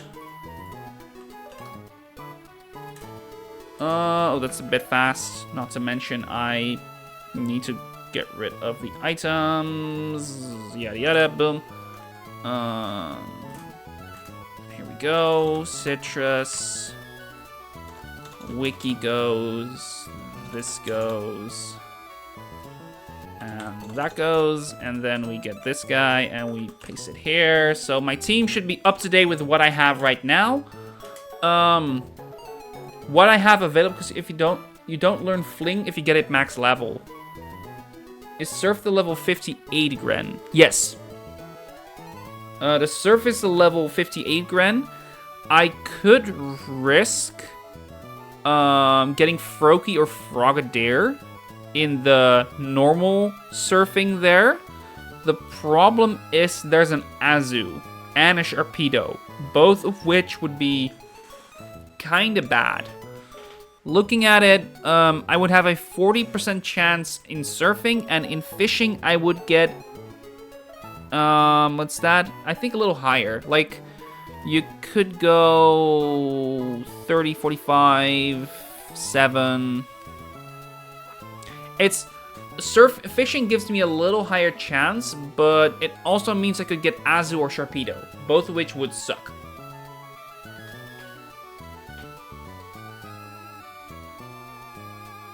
So that. And for what it's worth, Pardon me. I'm not too afraid of the slacking on Zoroark. I have Sneasler for that, and Sneasler can take both of those on just fine. Like, if I can get rid... Like, the same thing you said about the Gren, I can kind of do with Sneasler, just... I need to get rid of Camerupt as well. Like, he can chain slacking Zoroark.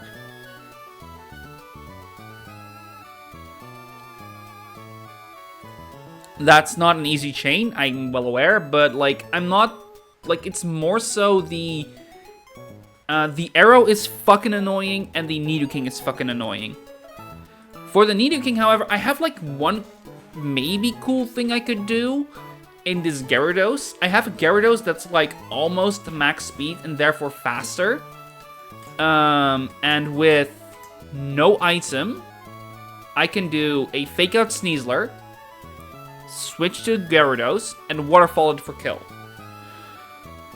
But there's the Focus Band issue, and if Stealth Roar gets set up, I feel like every single thing I could do is absolutely, like, destroyed. Like, the entire line could be wiped out from that. I have a way after to drop the Focus Band. I have Skill Shot, which, for the sake of this fight, is a good move, because I can have, like, 2 to 5 shots to break the Focus Band, meaning the odds of me breaking it should be significantly high enough to where I shouldn't... Like, it should not be a risk. And as a result, I can always bait in Slacking. Granted, Slacking, not Aerodactyl. I can also do... I can also bait in Aerodactyl guaranteed if I try and take the kill with Waterfall instead. But... obviously, that's still risky.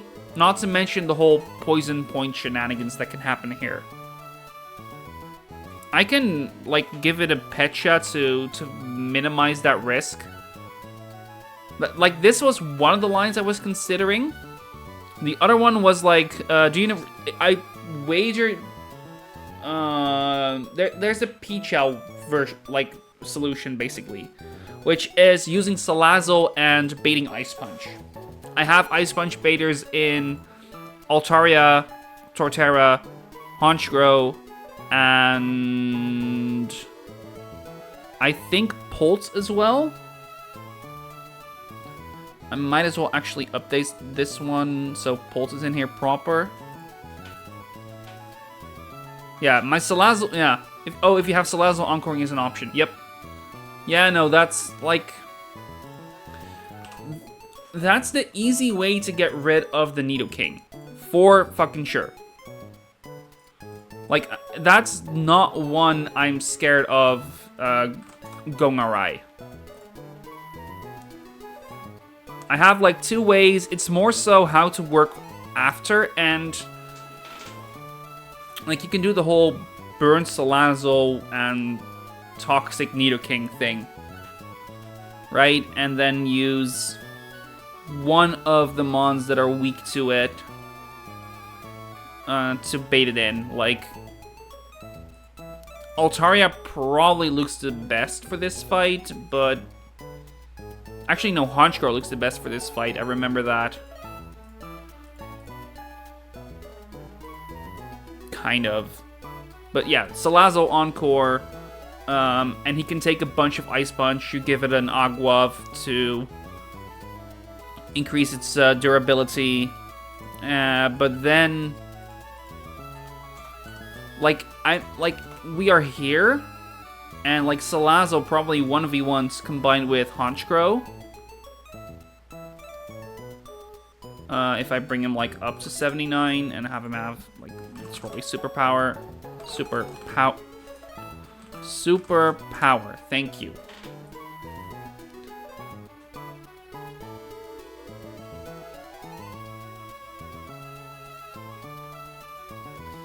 So, like, I have the option there of these two, like, taking on the Nidoking. The main issue is from there, I would know that Aerodactyl comes in, but Aerodactyl clicks a random move. And my walls for a rock, ground, flying combo are none. The closest to a maybe I have is like Crook. But Crook doesn't do much. Or Avalug, who baits Rock Blast, thus King's Rock activating a bunch of times. No, that won't do shit. And I don't have like a Mental Herb or something to... Mental Herb is the one that prevents flinching ones, right? No, there's nothing that prevents flinching ones. There's Hisuian Electrode and Berserker who can do some shit. But Berserker is just ever so slightly too frail to take him on. Though the Bullet Punch hurts, for sure. Like, with a Metal Coat... Maybe even, like... Maybe I even use a Steel Gem here. Something like that, but, like, it's not good. Not good enough. It's close, but it's not... It's close, and only close. And I don't want to risk Berserker if I don't have to.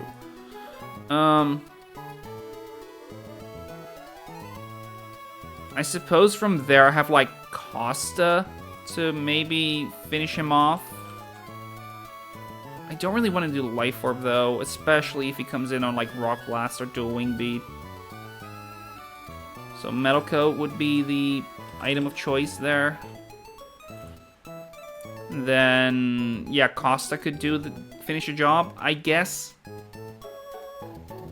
And Costa does kind of sit on... Costa does kind of sit on the slacking, though. Because I have Protect. I can just knock, protect, knock, protect. And I know that Eject Button supersedes knock. But it's still an option. Not to mention, he's pretty decent into counter-ups because of Aqua Jet. Like, he needs help, but he can help enough, I guess. So like this.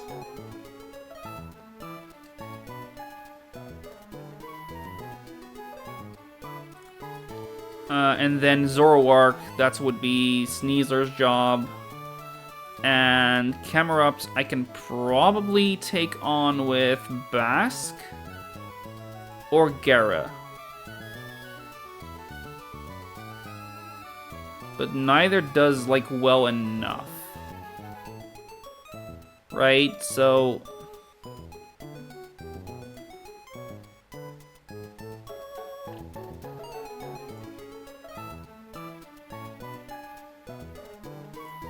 Like, the closest to a maybe I have is Gara for that, but even that isn't, like, a heavy maybe.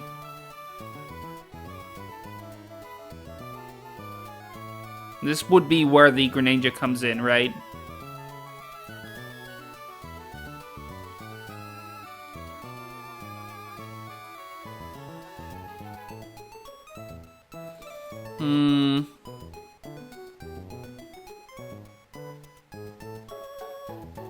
I can bait, like, Fire Rock. Yeah, a good Grentug Shuriken KO cam. Yeah. Yeah. If I could. Because Shuri is Prio. Yeah, no, I know. I'm aware. And, like, definitely Greninja is a mon that I wouldn't mind getting. Like, might as well show this. Like, these are the odds if I don't Repel Manip. Here, I have a 40% chance for Greninja specifically. Does that mean it's guaranteed not Fling, though? I don't remember what the... when it gets that. Grenin. No, what? Come on, Grenin.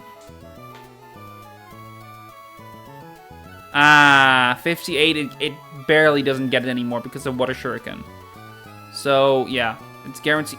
Yeah, no, I know, I'm well aware. It was more like I didn't know the level up moveset. So, here... It's a 29% chance to not have it be 58. I guess, like, for right now, I don't need Fling yet, right? For this fight, having Fling is irrelevant. So I don't mind it yet, and I have, like, a couple heart skills still, so I don't...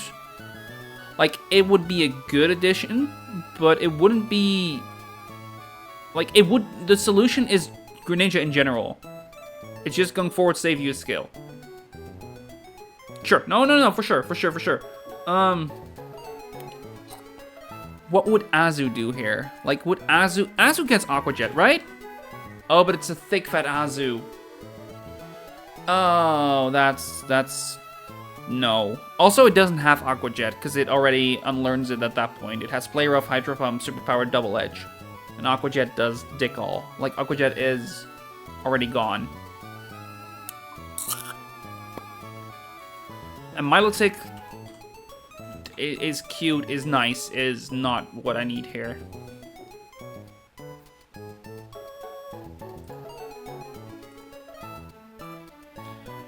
I think I'll rip it. I think I'll just rip it and see if I can get it. But would I prefer to like, lower the odds of Greninja to get definitely other good Mon in Milotic? Or do I just try to go for the Froakie?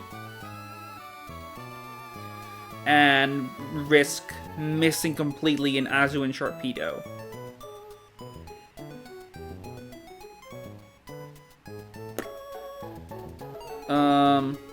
Because Azu does nothing for me. Like, absolutely zero. Sharpedo, if I get the Mega Stone, it could do something, but not here. Dupes the Aerodactyl table later in the game? Aerodactyl table. Which one is that?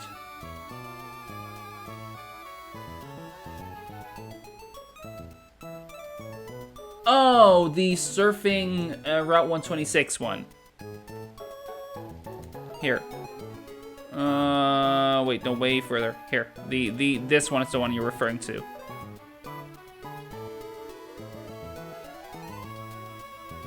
I suppose.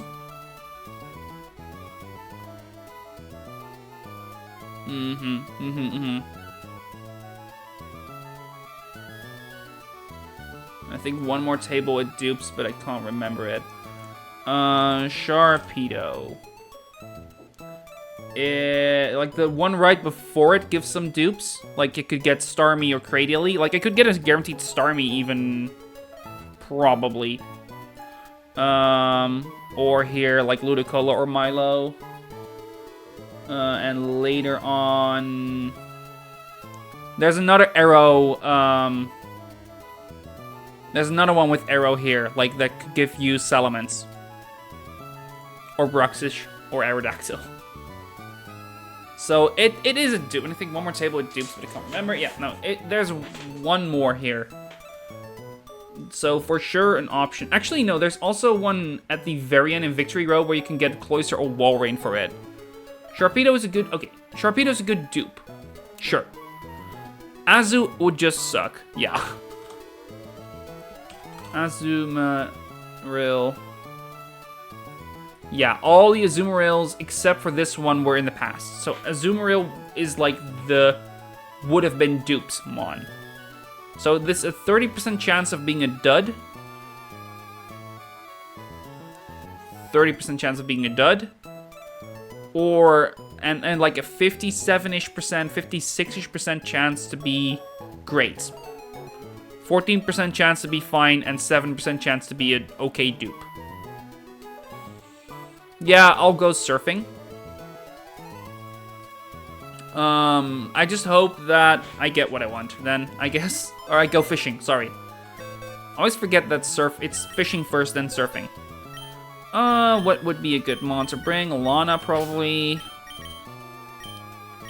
Play. Oh, I need to remove the items. Bag.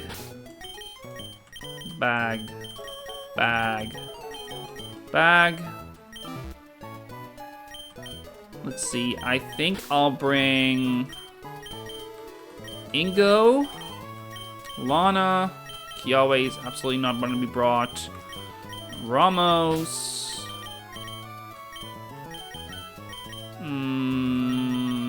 Misty.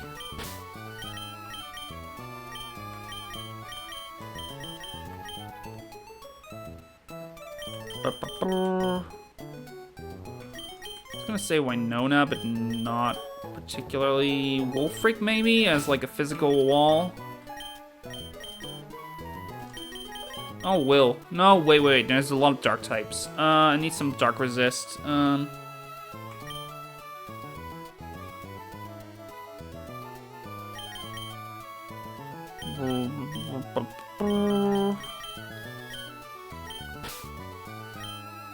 Guess Ingo works for that-ish.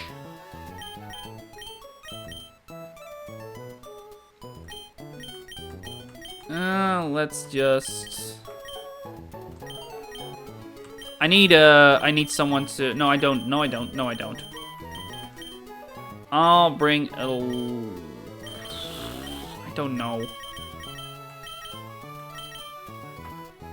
There's nothing here that quite enjoys a water-dark interaction aside from Lana.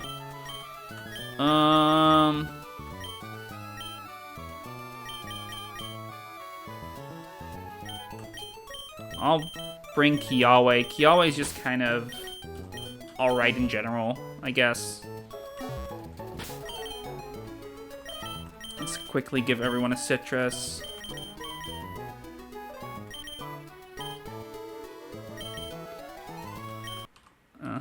And then you.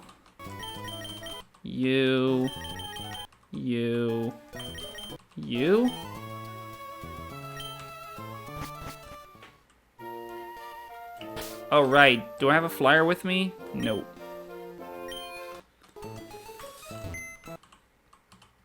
Let's bring Raihan for now. Put Kiawe back.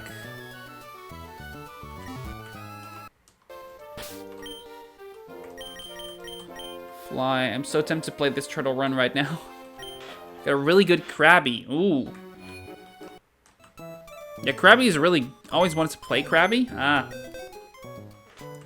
Because, where are you stuck? Because I know you were, like, busy with a run, but I don't remember where you got stuck. I think you were in, like, a similar point, right? It's, like, the most min-maxed Krabby? Huh. Like, full-on gentle nature, not the other one. I don't remember what it's called, but... Super high HP, attack, defense... Oh, wow. So, like, just good all over. And one special attack, one speed. Wow. And neutral nature. Yeah, no, that's a guy. That's definitely a guy for a Krabby.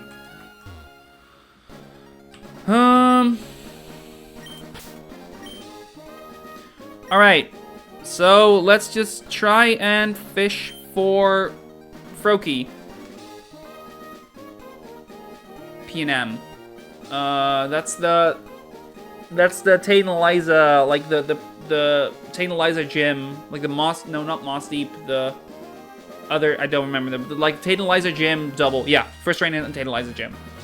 Miss Sneezer on showcase, so I'm suffering a bit. Yeah, that'll do it. Super Rod, come on. Show me a Froakie. Just make it easy. What?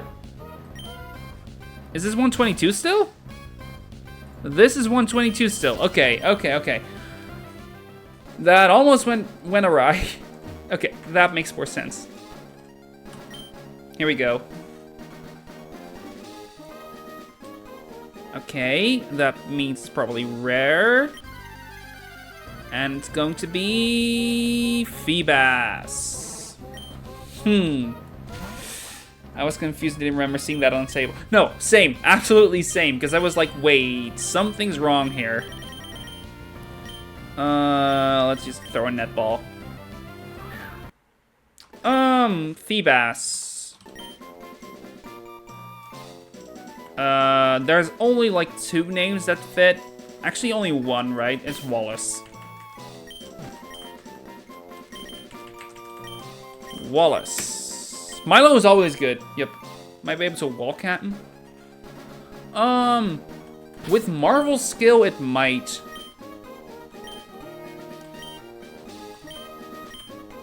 You're not wrong on that. Let's take a look at him. Run, no. There's a PC here, right? I can go in here. Yup.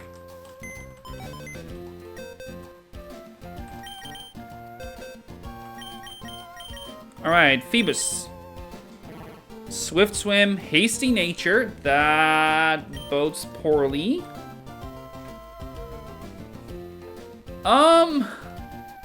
It doesn't blow the camera up, I think. But beyond that, this is incredible. I think it's just the nature that's bad. Or, well, not even bad, just middling. That's pretty so.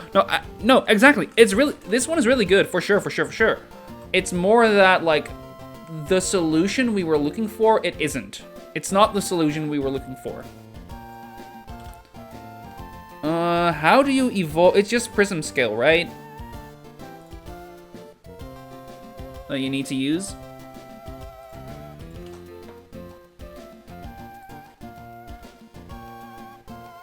I should go ahead and grab that then. Back to the drawing board. Yup.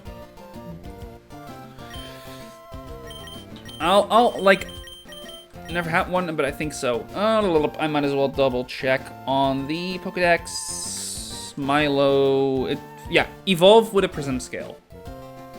So we're gonna quickly, I believe those are in the department store, so I'm gonna quickly fly there. And there's no reason to delay the Evo, so I might as well do that instantly. Oh, I might also, before I forget, get back all the citruses.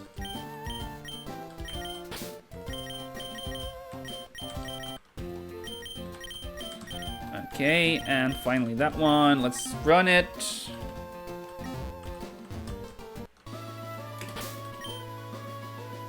Holt flies me to the moon. Lily Cove. No, not here. I need to be in here. One of you might have it. Let's quickly get... Okay. Because I know you can actually get one of those to succeed. Potions, yada yada, that's not it. Other site will be Pokeballs. Yep. It's one of those fours, right? There we go. Prism scale.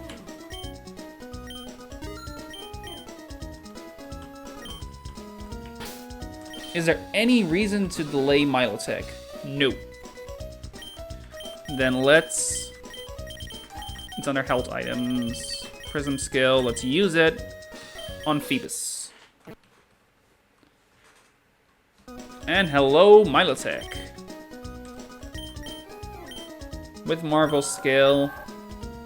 I'm gonna check on it. Like, I'm still gonna...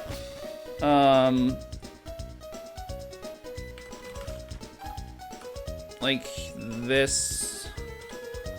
Let's put it in the team, the current team.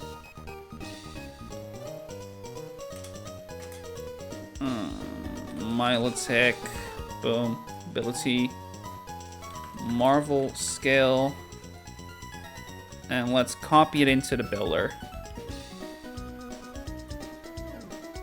Import, boom, 79. And let's give him, like, Scald, Recover. What else would there be? Like, I don't know. Hypnosis? No. Aquatail? No. Let's do Aqua Ring, because I can Oh, and I cannot get that. I could get Safeguard, I could get Refresh. I'll do, like, Surf Dragon Pulse for now. I think that's good enough for now. Yeah, at team.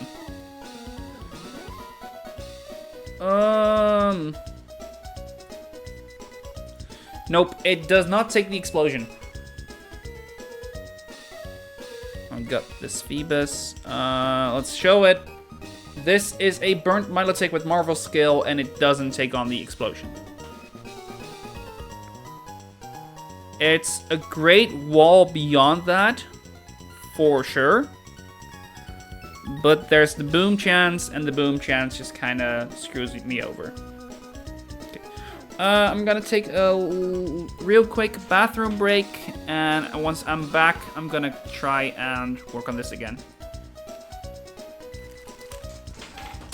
Oh. I forgot to turn off my mic. Oh well. Not that that's too big of an issue. Let's get back to it, shall we?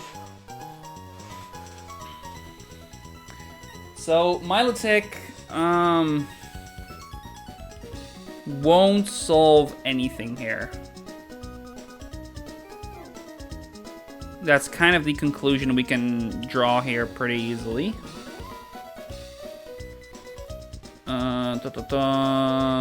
Live sheet.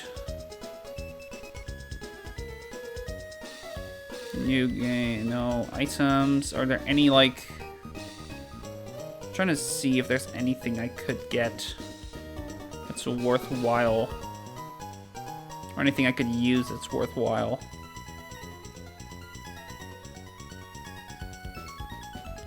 Because I'm unironically considering the Steel Gem.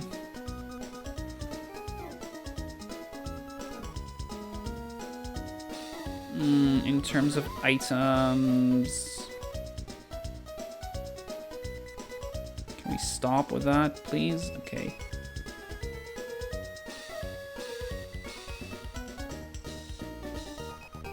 Power Herb, Mental Herb.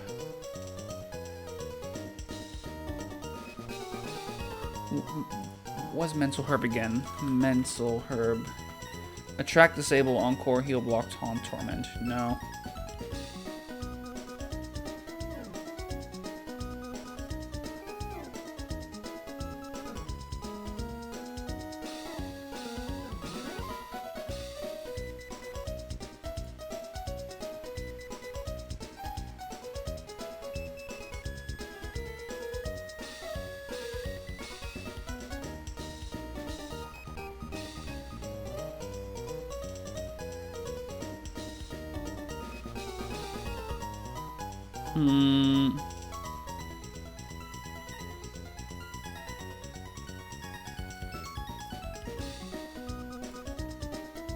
Holy shit, wait, what?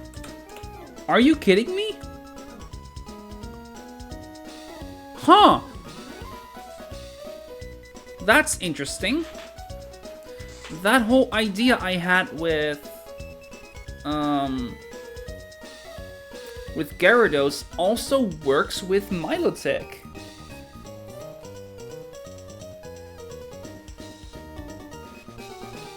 Granted, it doesn't do much, but it...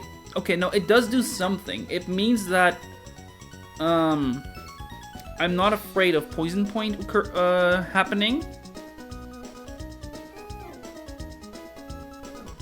I guess the main difference is I cannot switch it on an Earthquake, right? I forgot that these two have, like, the exact same speed.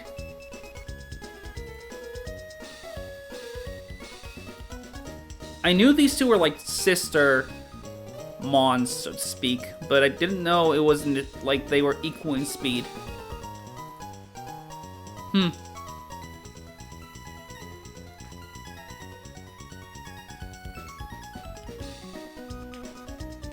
And unlike with Gyarados, I can kind of circumvent whatever might happen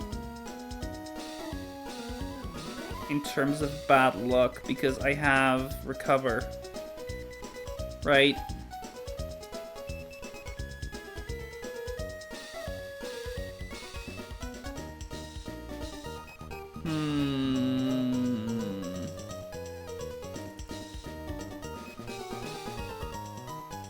Delmice +1. I can probably have him bait in. I can have him bait in Aerodactyl that way. And then I can get rid of the rocks as well. I just need something to get through Aerodactyl then. Yeah, no, I see. Okay, genuinely, Milotic might have actually helped. I say that, but the whole plan I have with him, Slowbro does equally well. So Slowbro probably even does better because he can hold. He takes less damage than a burnt Milotic. He takes less damage than a burnt Milotic.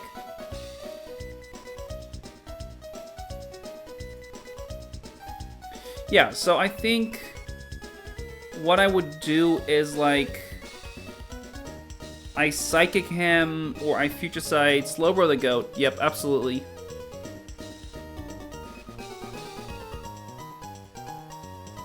I think I'm not gonna go the Encore strat. I think what I do instead is like Future Sight and then do a bunch of slack offs because Earthquake never two-shots me and I can slack off whatever he does. And then I could switch in whatever. I cannot have that happen because then Crunch might come in and throw a wrench in the plan. So I would do it via Future Sight and then slack off. Because there's no way in hell that I don't get Stealth Rock at least once there.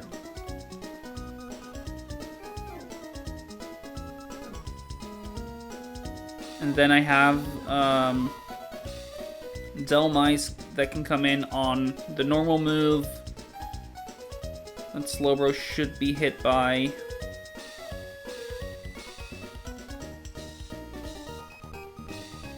Hell, if it's Earthquake.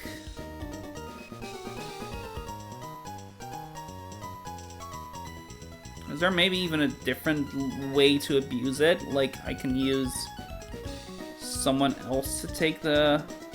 No, because I do need to make sure that Slowbro takes the kill and Focus Band doesn't guarantee it.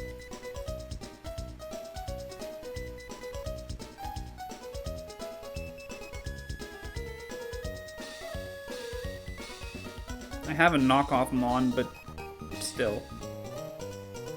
It's not a safe switch in anyway.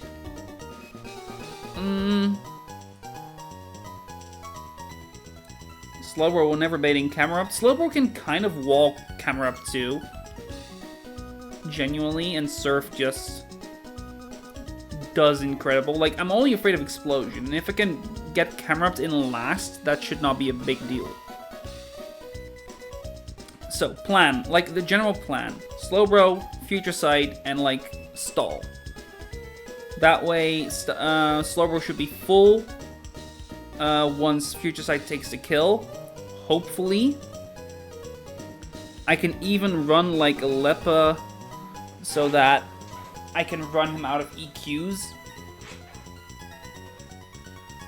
Theoretically. Not to mention, I need to specifically be like crit into crit into crit into crit into crit, and I can even run a Citrus Berry in the case that does happen.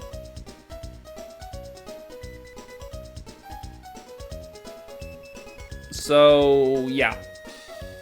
And then, eventually Slowbro takes the kill on Nidoking, and will bait in slacking, clicking a normal move, which will either see a kill or at least be highest damage every single time. It will not be Zoroark, Pursuit is physical, this outdamages. It might be Aerodactyl if I'm really unlucky, but I need to be incredibly unlucky. It could be Crunch, and that's the only thing I could be worried about, but hopefully that's not something I need to worry about too much. Delmice can take the normal move, he's immune, rapid spin it so that I take him out, go to +1. Aerodactyl will be baited in because I will be in range for his dual wing beat and his dual wing beat only. And that is how far we are right now. That is honestly further than before. I could use Berserker then to take the dual wing beat. And I'm thinking like genuinely Steel Gem Bullet Punch. Because it's a risk. It's like it is in my favor, but not by much. It mostly plays around crits. The other issue is it baits Camerupt. What else is what are my other options? Hisuian Electrode. He can take the dual wing beat. It needs to double crit, and if I run a Citrus, then that's not even an issue. Problem is the move that's getting clicked after is truly random.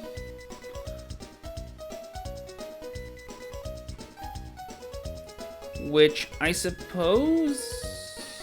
Ooh, no, Memo can take it. And Volt Switch into... If I give him... I need to give him Citrus.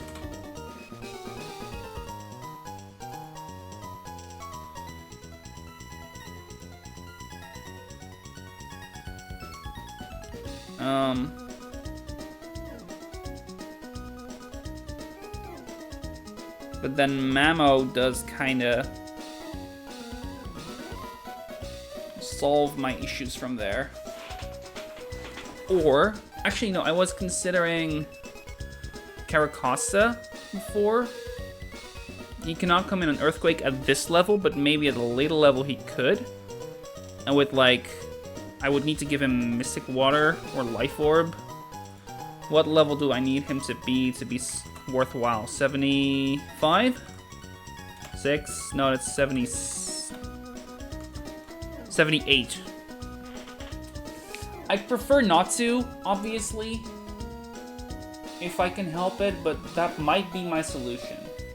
He takes the Earthquake, he baits in, he's faster than Camerupt, so he baits in Slacking, because Slacking will definitely see a kill with Earthquake.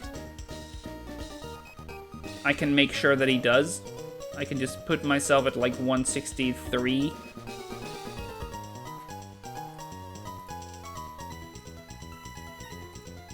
And 5 hits of Rock Blast will never kill me. I'll put myself at like 166. I don't even need to do that. I can just put myself at...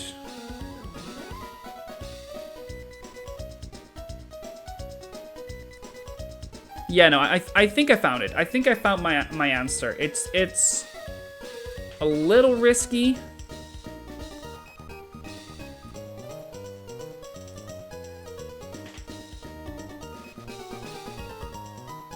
I think it's a tiny bit risky, but I think most of the time Hisuian Electrode should be fine. Because he is faster. Barely, I might add. But just in case, make sure your lead is slower than Nidoking for baiting Ice Punch. I'm no longer doing that. So my whole that whole leading with Salazzle plan is out. I'm getting rid of Stealth Rock later.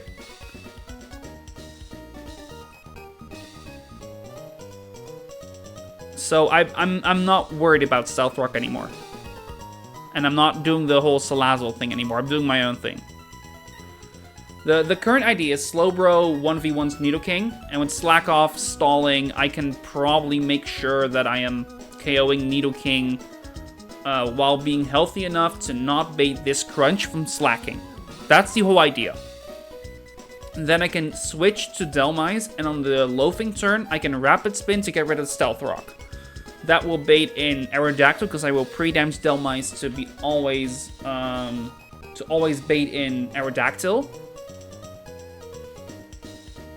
And at +1 speed, I will not be baiting in Camerupt. I will always bait in Aerodactyl first.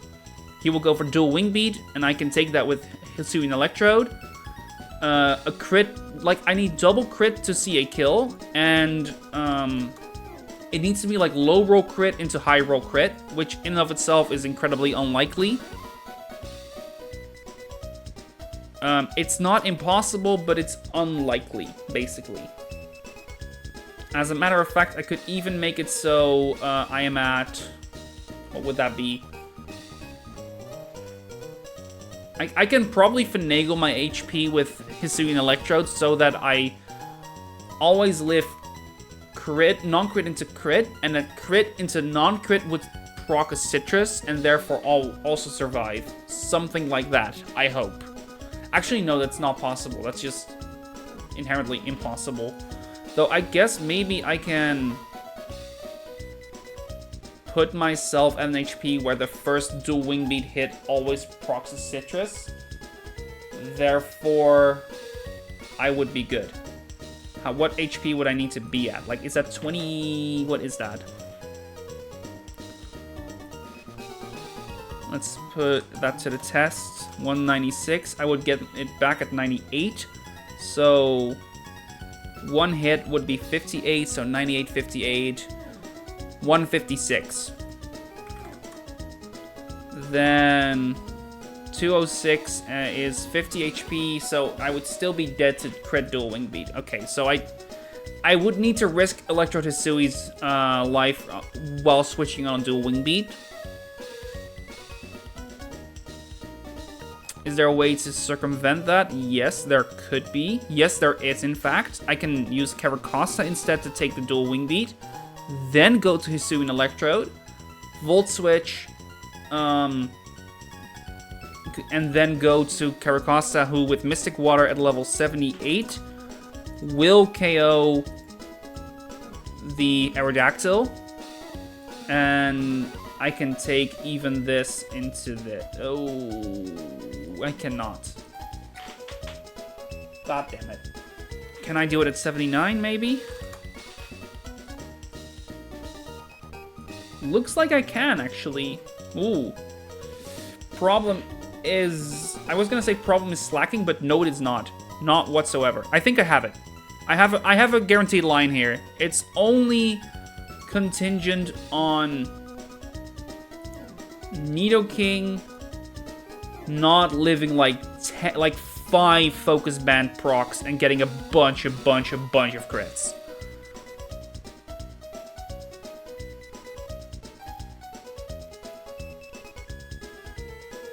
And even then, I might even have a solution in using Gyarados as backup. Because he can switch in just fine, and then I have a slot remaining. Yeah, I think I have it.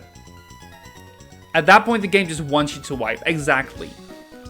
Not to mention, the point at which Slowbro has that happen, I can still, like, set up a Future Sight, slack off once, switch to Gyarados, and, like, Skill Shot to try and, like, have, like, a bunch of shots.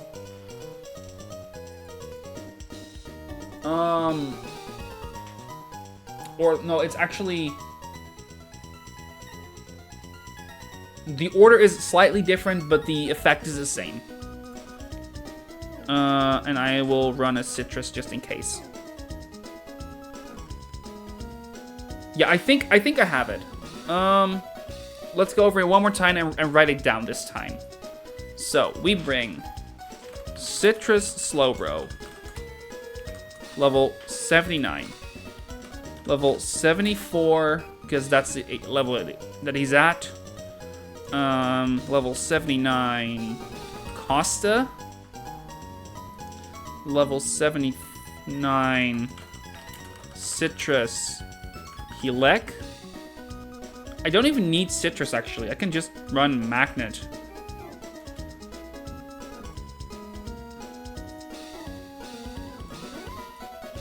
Not that I need that. Actually, no, that's good. That's good because that means I can Volt Switch for more, so I don't need to run Mystic Water, and I can instead run a Citrus. Does that help me whatsoever? No, not really. It doesn't matter. So, Mystic Water Costa. Level 79 Sneasler and level 79 Gara. Citrus Gara. This is the plan, and this should be Delmise.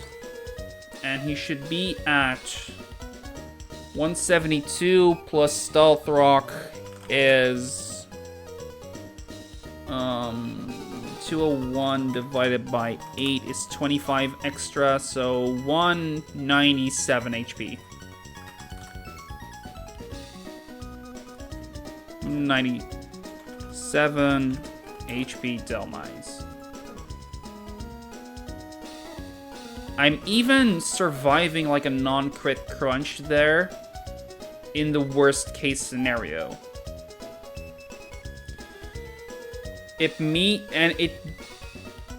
With a citrus equipped, I'll give him a citrus because with a citrus equipped, I should never see Earthquake. So there's still like a bunch, like I have contingency on contingency on contingency for the crunch line. That's like the whole idea. So future lead Slowbro, Future Sight, Nido sets up stealth 97%. Slack off until Future Sight hits. If Focus Band, retry. If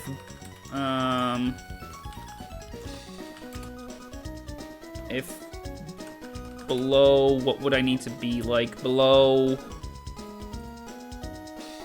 138.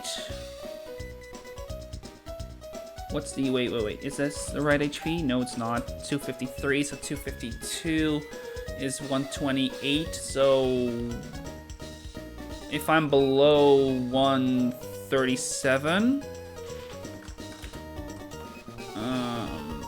after Future Sight, pivot Gara on EQ.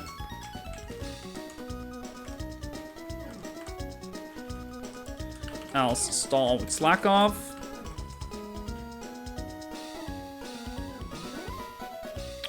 Gara skill shot.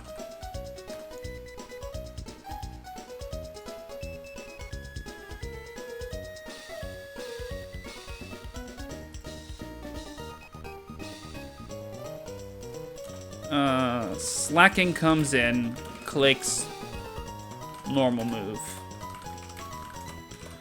Pivots down. Rapid spin.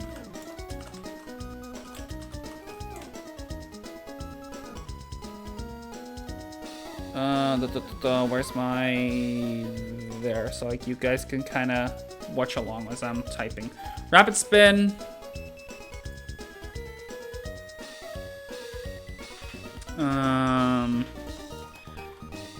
Eject button to arrow, pivot Costa, pivot Helek, Volt Switch Costa, Aquajet kills.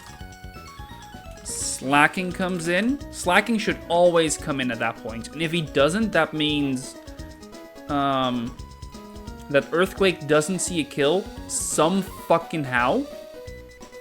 And Zoroark only sees a kill with Focus Blast, and I can take that with Sneasler, and Sneasler can finish the job anyway if I give him a black belt.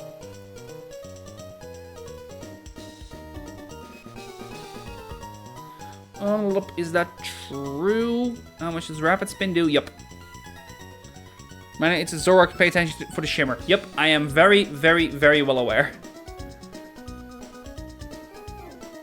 I'm also, like, always just keeping a close eye on my HP. So, Slacking comes in. or Zoro if somehow EQ doesn't kill. There is no way in hell that happens unless I get like low roll dual wing beat twice. Even if that does happen, no, even Rost. I need a Rost on you.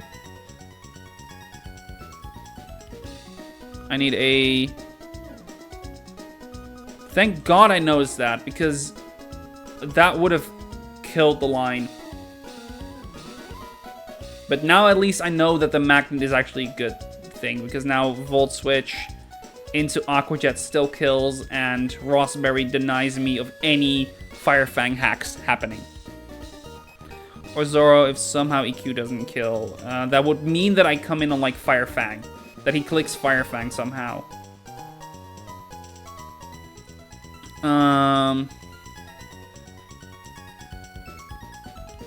Costa protects. Hell. Wait a minute. I don't even need to pay attention to it. I was gonna protect the first turn anyway. So if I just see him clicking Focus Blast, then I'm like, oh hey, that's the Zoro arc. Anyway, Costa protects, Pivot, Sneasler, CC, twice for double kill.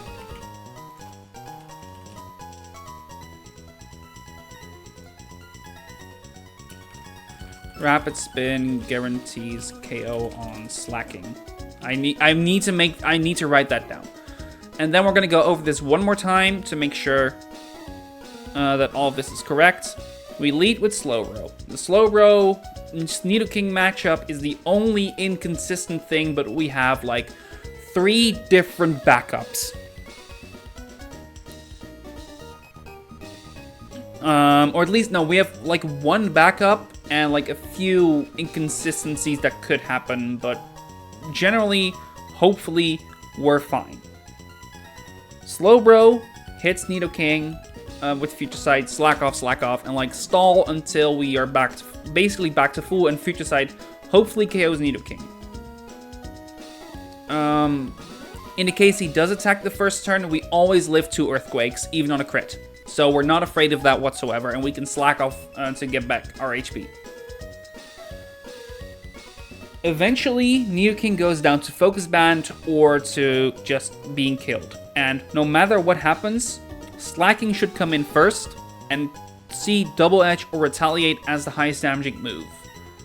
Delmai should come in just fine, get Stealth Rock Chip, and after the Stealth Rock Chip should be at exactly enough HP to where Dual Wing Beat always sees a kill. We Rapid Spin on the Loafing turn, as Aerodactyl, and with the Rapid Spin, Aerodactyl comes in and wants to click Dual Wing Beat. We go to Costa on the Dual Wing Beat, which baits Earthquake. We go to Hisuian Electrode on the Earthquake, which baits anything but Earthquake unless it high rolls. Then it's truly random move, but that's fine, because we are going to Volt Switch straight out to Caracosta. If it's Fire Fang, we have a Rostberry. If it's Earthquake, we live a combination of crit Dual Wing Beat into crit Earthquake. It doesn't show it because the HP here does funky shit. If we do it correctly, you'll see we have 3 HP remaining. And then Aqua Jet is a guaranteed kill. Wait.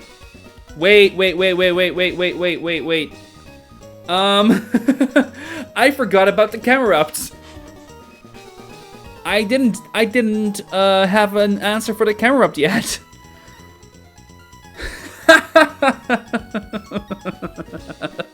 Okay.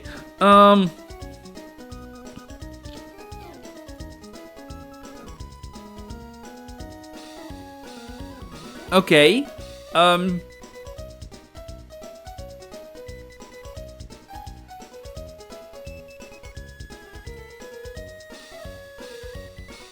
Okay, thank God I noticed that now.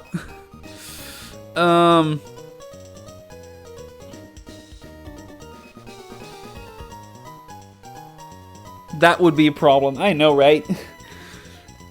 Granted, like, if I just run Life Orb here instead, Close Combat is a kill on Camera Ups, and I could just say, you know what, Quick Claw doesn't exist, CZ, and it's a triple kill.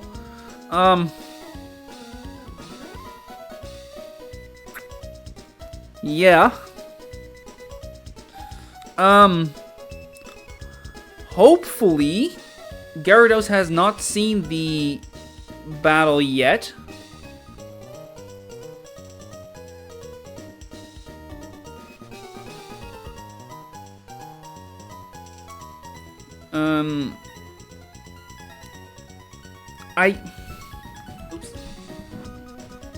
I cannot guarantee that Zoroark isn't gonna come in. After, like, if I take the kill with Costa, I cannot guarantee it. However, there is a way to circumvent that. I can keep a close eye on its HP. Aqua Jet does dick all damage. And so does Knockoff. So, like, I have, like, a couple of turns. Eventually, on the loafing turn, I can go to Hisuian Electrode, and I can then Volt Switch for the kill to Gyarados. Hopefully. That way, I do bait in Zoroark, clicking Pursuit, and that cannot kill Gyarados whatsoever. Oh, but that, no. No, that doesn't work.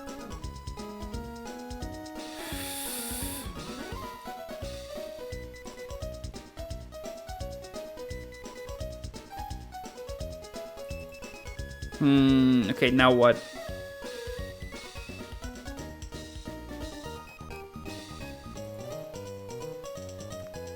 I guess Milotic is the better wall then.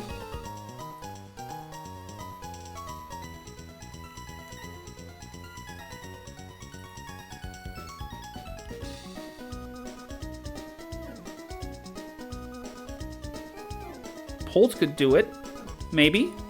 Polt could definitely do it, maybe. Because I can Phantom Force. No, wait, no, that gives him 2 shots to KO me. No, that's not an option. Basculegion. Baits him in clicking Pursuit. That shows a kill. That's not an option. Karuk. No. I had Honchkrow in mind for a bit. Honchkrow does bait... Honchkrow does bait Camera Up first, and I can Sucker Punch him because he goes for... Yep, no, that works. I lose my backup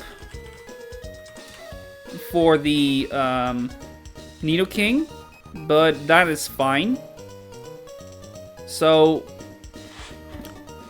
to give the answer, it's not Citrus Gara, it's Black Glasses Honchkrow. Because Black Glasses Honchkrow baits Eruption, and Sucker Punch gets Honchkrow out of Eruption range. The only issue is I go into Pursuit range, which is not great.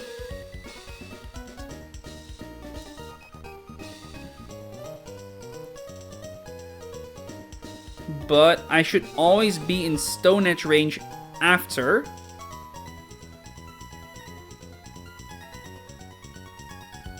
And I could then, like, fake out and, like, try again. I think I found it. I think I found it if I use Black Glasses Honchkrow. I do need to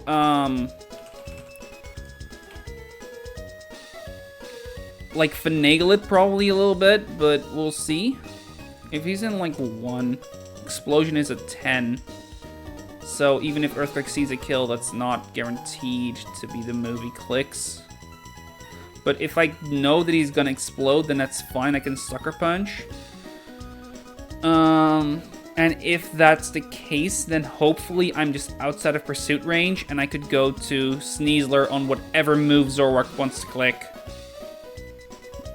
Yeah, no, this probably works, and I need to do this live. I'm just gonna do this live. cost of protect, and like, if Zoroark were to come in first, then I'm still good because I can CC. No, I cannot. No, Zoroark cannot come in first. But like, there should not ever be a situation where that's the case. It should at least be very, very rare.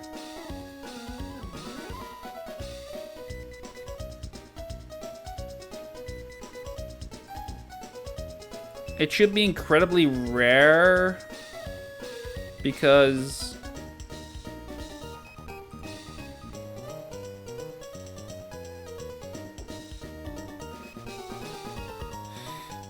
wait, that earthquake shows a kill now.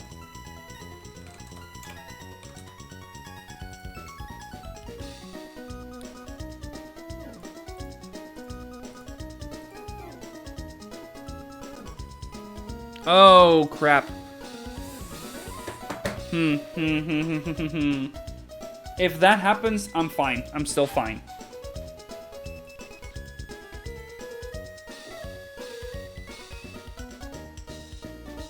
I'll need to find a way to work around it, but I'll make it work, I think.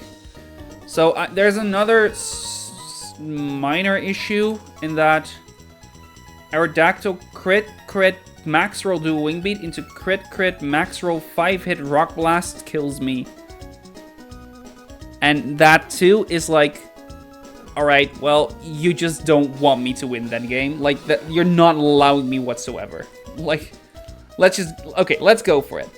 I think there's like a few minor risks, but I think they're minor enough to where I'm not too worried about it. Let's fly over first. Okay. Let's get everyone. And hopefully this just works. There's like small, minute chances of shit, but I think I'm fine. We need Ingo. We need Honchkrow. I forgot to name Honchkrow. Let's fix that in a little bit. I need Will. I need Alistair. I need Melly.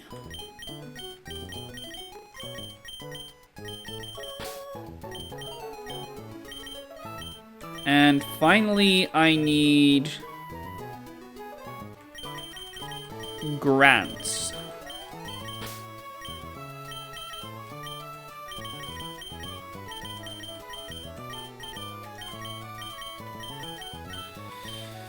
Okay, hopefully this works. First, let's give a name to Honchkrow. Actually, before anything else, let's just citrus everyone up, level everyone up. Will Honchkrow, who gets superpower over Whirlwind. Bye-bye. 6, 7, 8, 9, 71, 2, 3, 4, 5, 6, 7, 8, 9. And Grant also needs to go to level 79, which is a big investment for a Protect Mon, but it'll have to do. We're gonna give a Raspberry to Grant. We're gonna give citruses to Will, Alistair,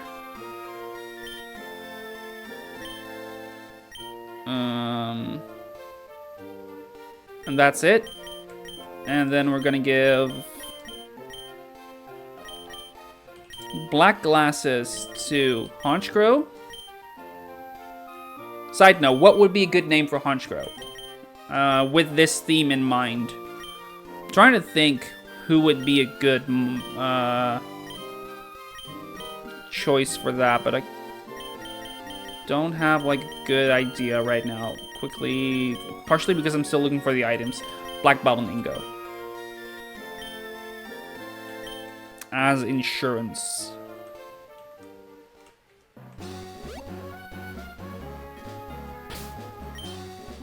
I think the better insurance for that is a... No, I did need black belts to guarantee the kill here, right? Yeah, I need black belts to guarantee the kill on slacking if I need to do that. So I think that's probably the best to work with, but the other idea would be to give it a Rostberry. What would be the move that Zorwar clicks here? Fire Blast or Focus Blast? They do about equal damage. Okay, then it's gonna be a Rostberry. I think that is... There's a higher risk of that happening than there is of...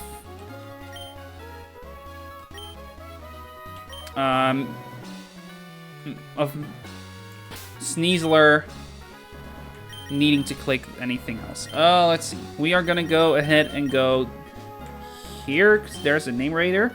There's a Name Raider in every Pokemon Center. What am I doing? Change? No, not a nature.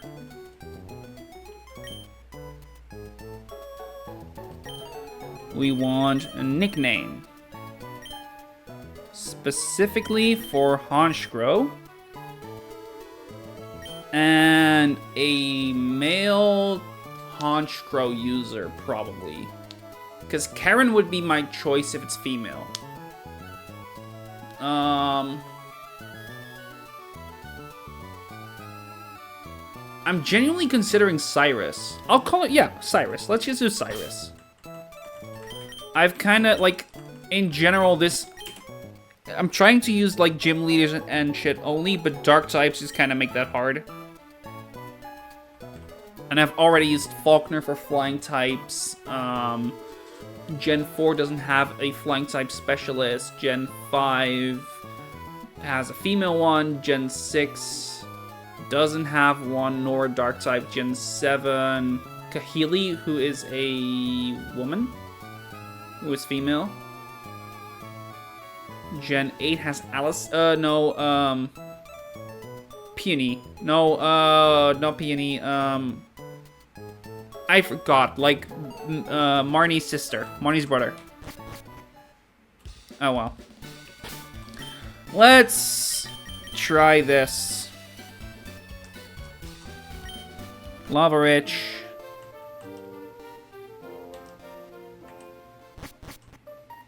Why am I running a Citrus on Delmise again? In case of Crunch. Right.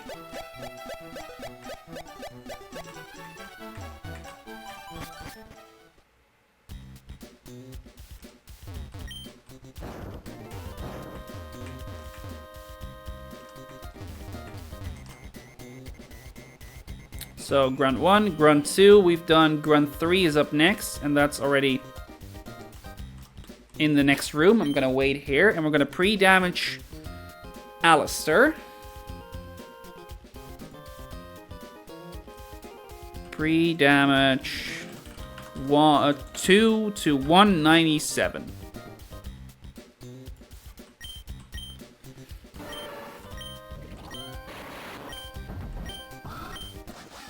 Rost, Black Glasses Rost, Magnet, Citrus.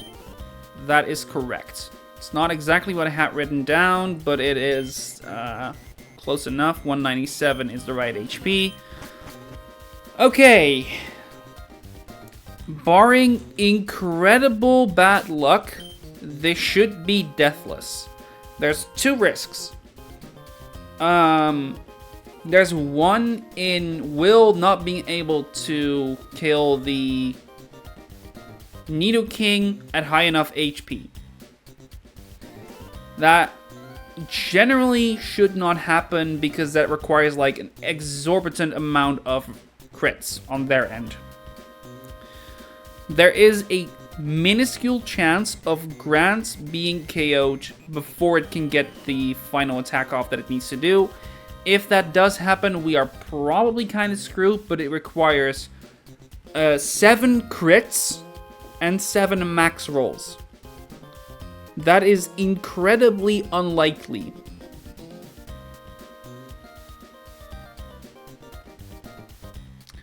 That's what we're dealing with.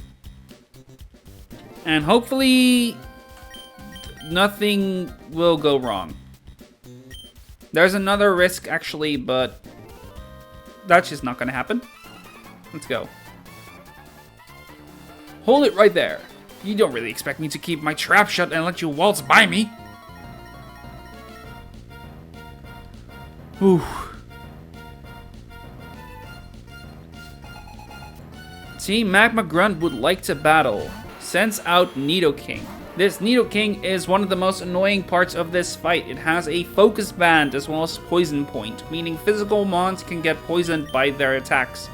It also has Stealth Rock, Earthquake, Poison Jab, and Ice Punch. We're gonna Future Sight as he clicks Stealth Rock 97.5% of the time.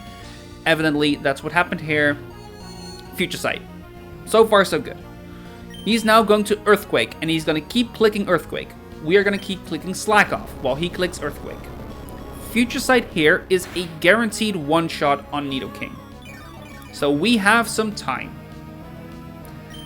However, if possible, we'd like to, you know, kill it in one shot. If it doesn't happen that it's KO'd in one shot, we might be in some trouble.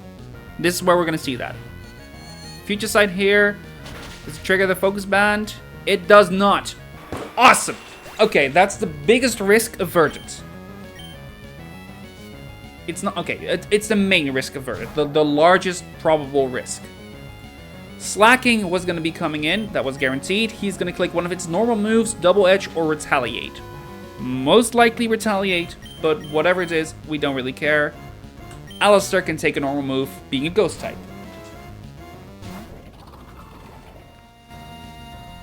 Pointed Stones. These Pointed Stones were incredibly relevant. They make it so he's exactly in range of the move that's going to be clicked next. First off, Slacking here is going to loaf. We're going to Rapid Spin and get rid of the Stealth Rocks. There we go. And Eject button is being clicked. This +1 speed means that we are now faster than the Camerupt. Camerupt was going to come in because he saw a fast kill with Eruption. Now he doesn't. Now it's Aerodactyl who only sees a fast kill, and is the first mon in the team to do so. He sees a kill with dual wing beat and dual wing beat only. Grant can take a dual wing beat. And so long as we don't get double critted and double max rolled, we are good. That looks like good to me. And that was a high roll in damage. Yeah, so that's actually very, very good. Aerodactyl here is going to click Earthquake. Melly can take that Earthquake. Barely, I might add. But Melly is crucial here because Melly is the only mon on my team that is faster than Aerodactyl. Now at 89 HP, it's going to click one random move of not Earthquake. Actually, no, I'm wrong. It clicks a truly random move. 1 in 4. Volt Switch here, outspeeds, and we can get out before King's Rock, the item that Aerodactyl holds, can trigger. That's the main issue of the Aerodactyl. We're going to go back to Grant and see what he uses. Grant can live everything that Aerodactyl can do here. Even a crit Earthquake will never kill me.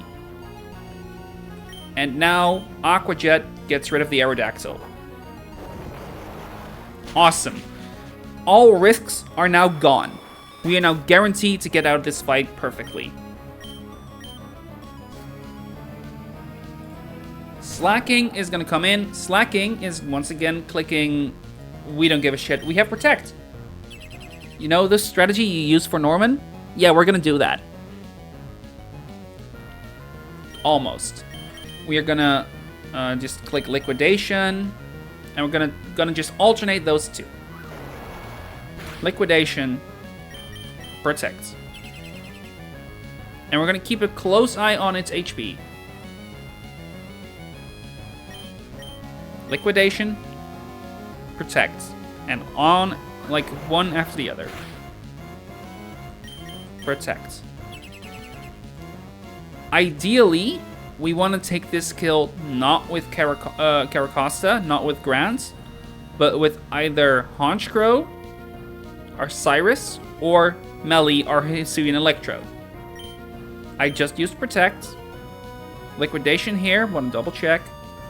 On a high roll, crit deals 37.8%, and he's well above that. So we Liquidation. And with that, he is below 25%. Yes, 22-ish%. Awesome. We protect once more. And he goes for Earthquake. Now he is no longer... He's once again loafing around. So we switch Grant into Melly.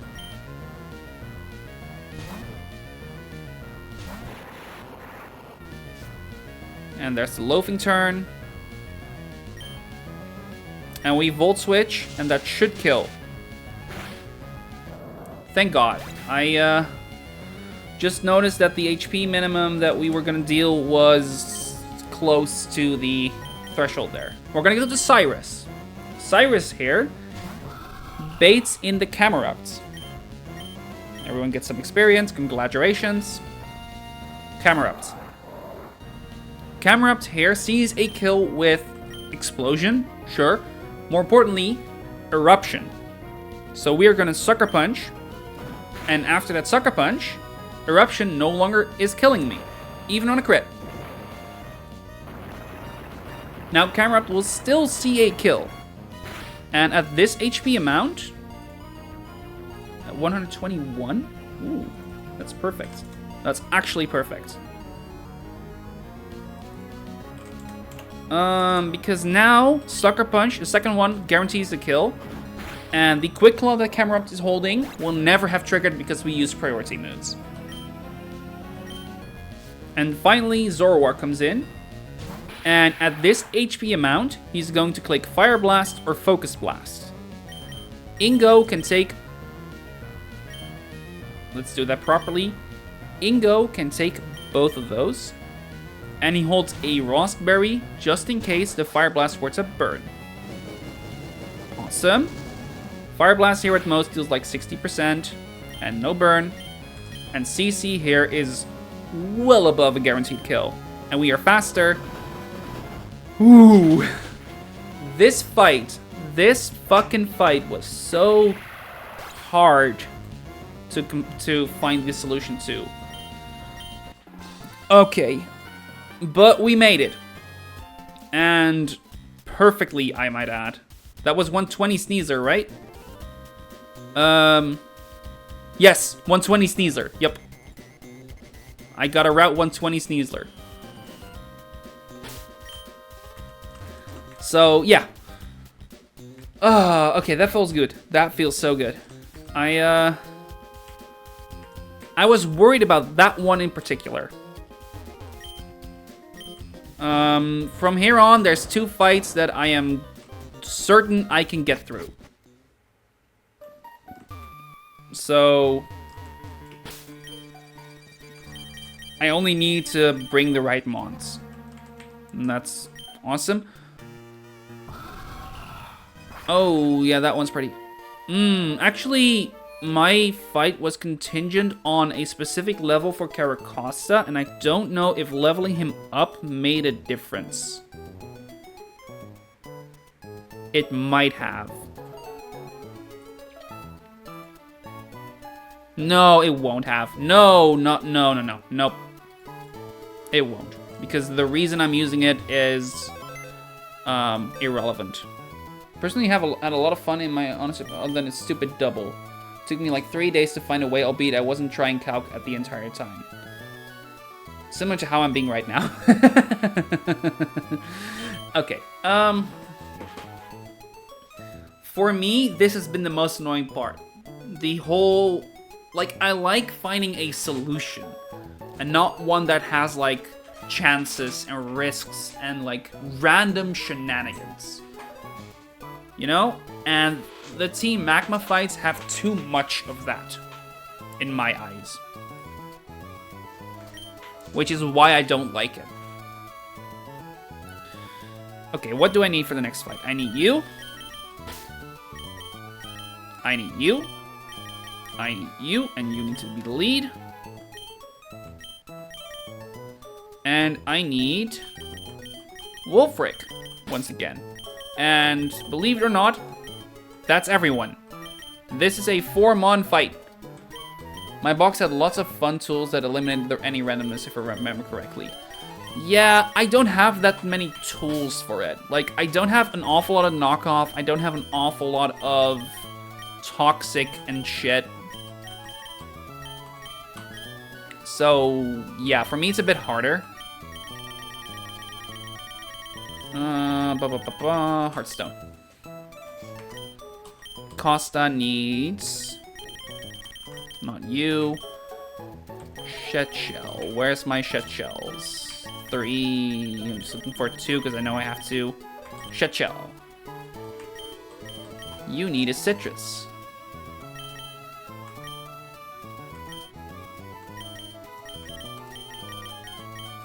I've not used any citruses. Like, none of them actually have been used up. And you need life orb. We're gonna play with fire a bit here. If I would want anyone, who would be a good answer? Raihan is always useful. Has priority, is immune to the priority that can be used. Let's do that. Okay.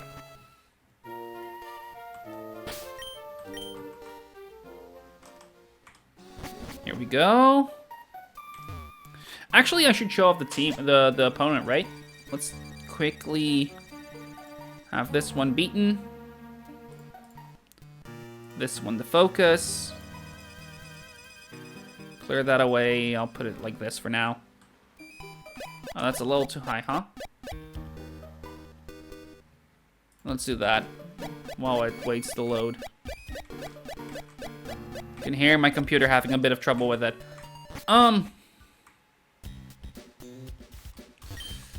Move boulders. Yep.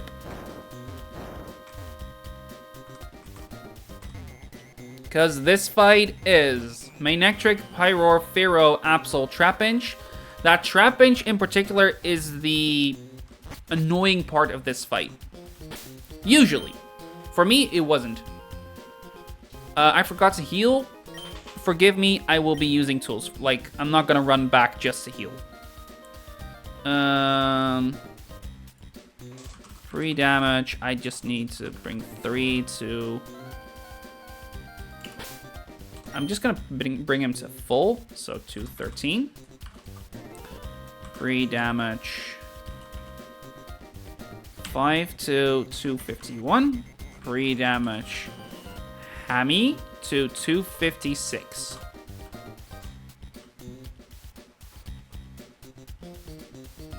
I don't think that heals it. Let's see.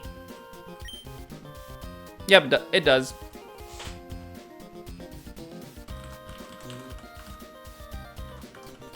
As long as you put in the right HP amounts, I think you're fine. It's an ugly way to do it. I'm well aware. We're just gonna pretend that didn't happen for the sake of whatever video I might eventually make on this. I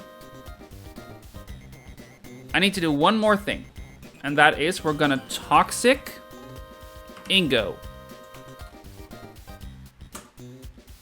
Ingo is gonna lose a lot of HP in this fight. Specifically, 222 HP at most.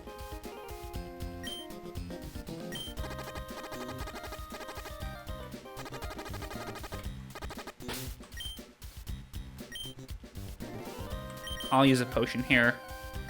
Feels a bit fair. Okay. And we're gonna use only these 4 Pokemon. We do need to level.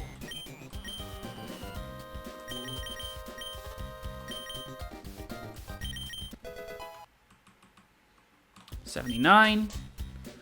I'm gonna quickly double check that it doesn't jeopardize my entire line. Cost, nope, it doesn't. It won't.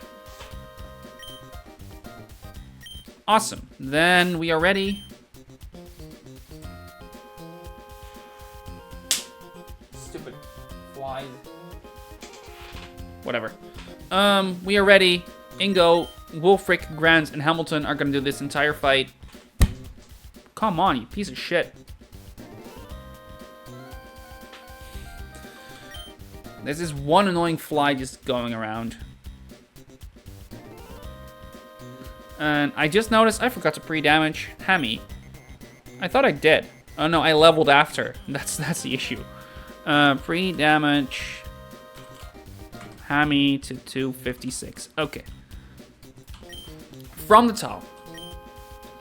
Now, this is the team that we're going to be using for this upcoming fight. It is these 5 Pokemon at the bottom, and only the first 4 are going to actually be used here. Cyrus is here to fly me, and Raihan is here for moral support. And, like, in case shit goes awfully wrong, but it shouldn't. This is a guaranteed fight. We had to play around specific, like, around static. We need to play around unnerve. We need to play around crits. All of them very annoying, but this team should be good against every single one of that. And let's go show how that works. What? Only Team Magma members are supposed to be in here. But you're not dressed in Team Magma's uniform. You rouse my suspicion. Battle with me. Prepare to go down. Oh crap, it's a woman. Okay. Okay, oops. Alright, Manectric is the lead. And Manectric is gonna be using Thunderbolt here if it were to be doing anything whatsoever, because our close combat here is a guaranteed kill.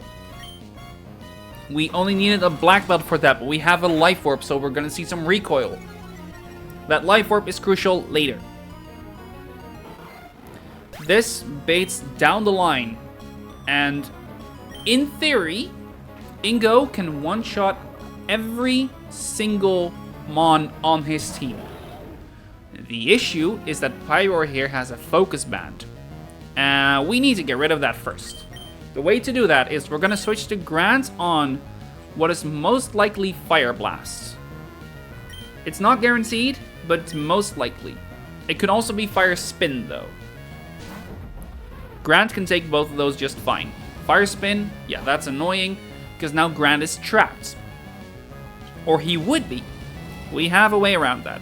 First off, Grant is here for one reason and one reason only, and it's to knock off the Pyroar. Pyroar used Yawn, okay, whatever.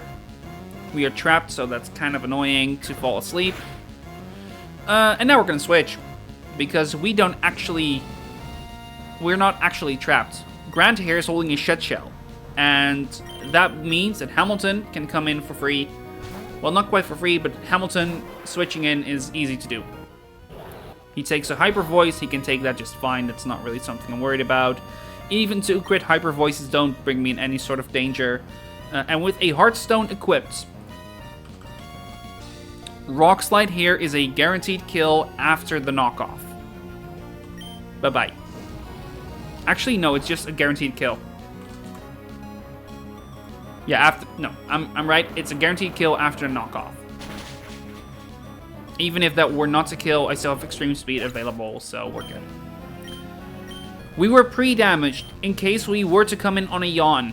If that were to happen, by being at exactly 256 HP, we always bait this Pharaoh first. Pharaoh sees a kill here with Drill Run and Drill Run only. Wolfric can take a Drill Run perfectly fine. He is by far the bulkiest Mon I have on the physical side, and he can live a Drill Run crit into a Brave Bird crit, and in return, Icicle Crash is a guaranteed one-shot. Double Edge, Brave Bird, don't matter. Neither of them crit, whatever. In comes the Absol. And due to our citrus berry, we knew that we were always only in range of fire blasts. Maybe Stone Edge, but only those two moves. Ingo can take both of those moves perfectly fine. And because we are toxic, we cannot get burned by this fire blast. That is crucial because we need to be able to finish this fight with Ingo. We're gonna click close combat again, and Absol goes down.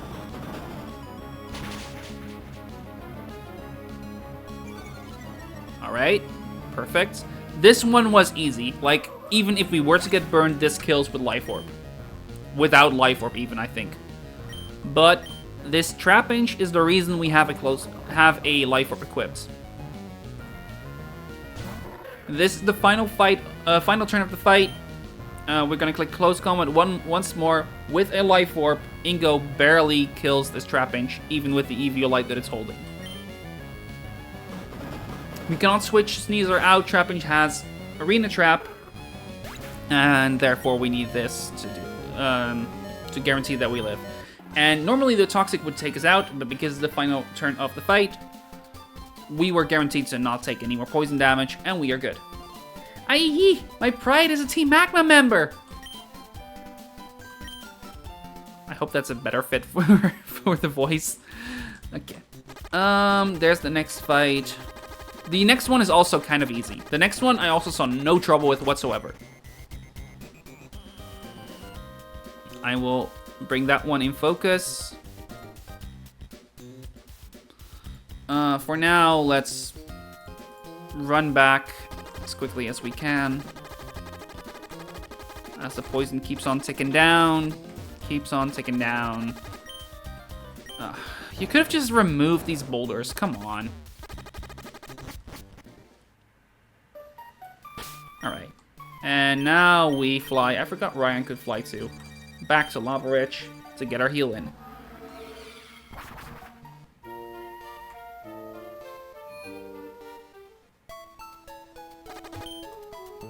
And healed.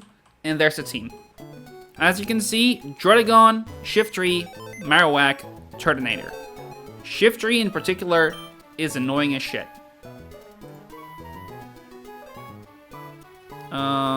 But it is one that we can handle good enough.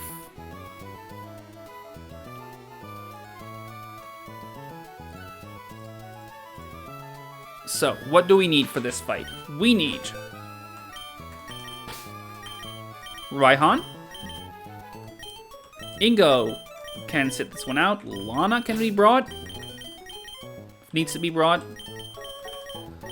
Wolfric did his job as well. Let's actually quickly bag all the items.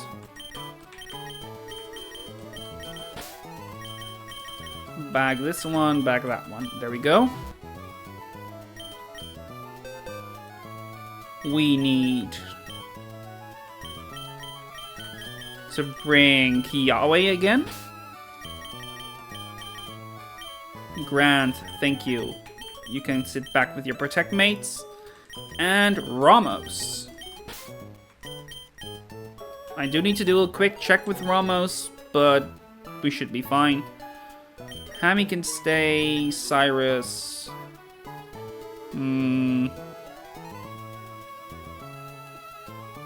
No. I'll bring Ingo.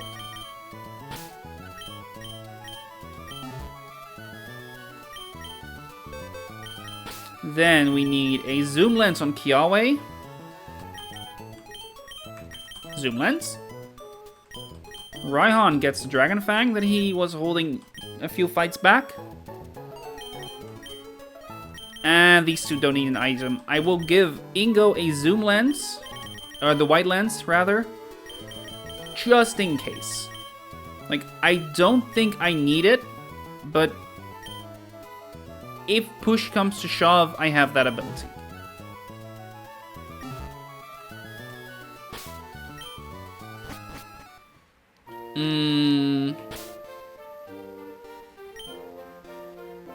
We also need... Actually, I don't need to level either of these. I'm gonna quickly check because I did need pre-damage for Torterra, such that Shiftry always comes in.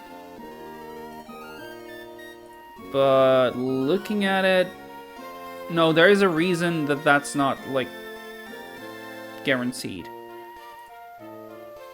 I will come in on, what will I come in on again? On Earthquake or Knock.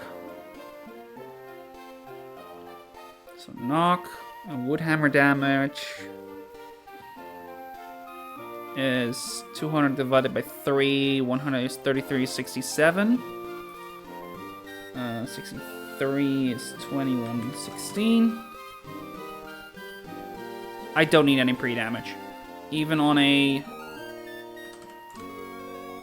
Even if knockoff were to be clicked, that's less damage than Earthquake.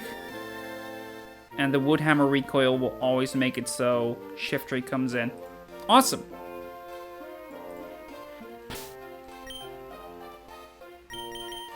Let's do the mons in the order that they're gonna appear in, and let's bike. This is the final fight. No, I have one more fight after this that I should have ready, I believe. Yes, there's one more fight after this that I have pre-prepared. And considering how long I've been streaming, I think that one will be the last for today. And then I can start working on the double battle on my own time. The double battle is, before Hell Room, probably the hardest. And then Hell Room itself is, I do believe it's a more fun puzzle than this is. Alright, so Raihan, Ramos, Kiawe, Lana, Hamilton, and Ingo are there for moral support. Let's go.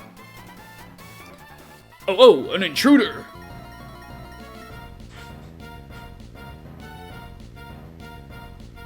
Okay, this is the male one.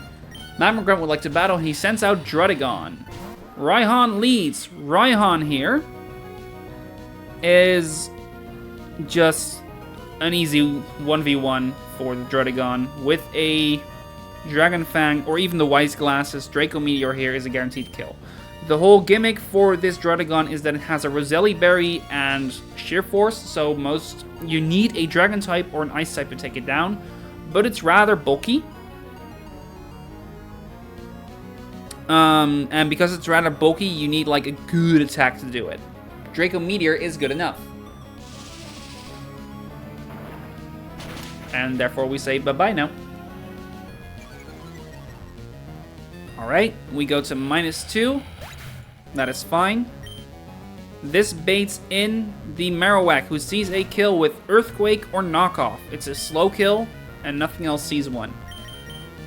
Ramos can take both of those moves. And Ramos here is faster than Marowak.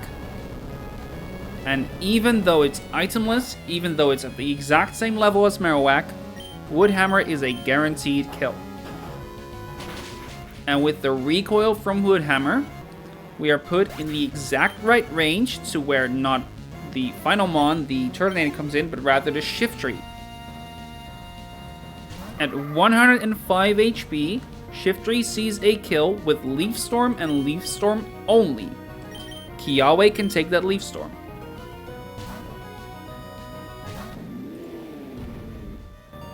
Awesome. Leaf Storm, there it is.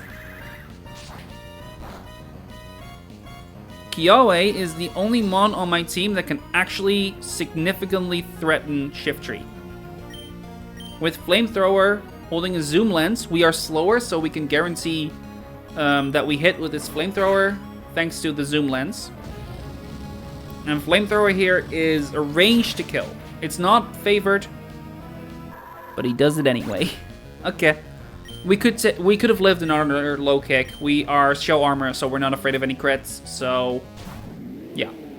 Finally, here is the Turtonator. Turtonator sees a kill here with Dragon Pulse. Lana walls the fuck out of Turtonator. Dragon Pulse, it's immune to. Flamethrower, it heavily resists. It's very specially bulky. And Moonblast here is incredible damage. He could theoretically Shell Smash here. If he does whatever. We even have a chance to kill it with Moonblast now. Even at +2, a Flamethrower crit does nothing to me. At worst, he deals half of my HP. That's after Shell Smash.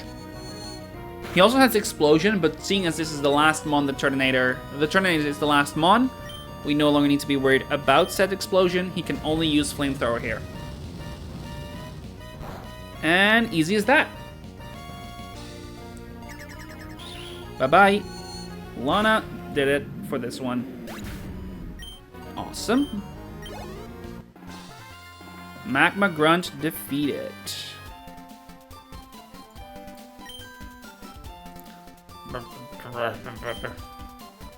I guess.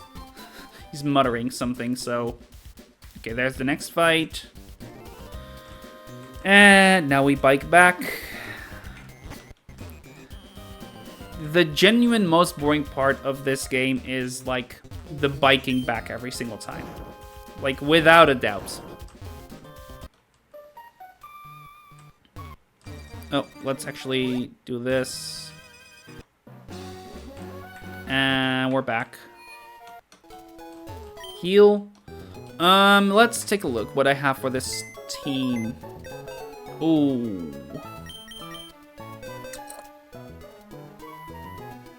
I have a Costa here that is supposed to be level 72. I don't know why I need him. I don't remember. I need you. I'm just gonna... First off, items. Get rid of the items, because those are not necessary. Awesome. Then we need... Cress. We need... Oh, Hammy needs to stay, actually. Lana can go back. Clay is being used. We will be using Will once again. And Raihan.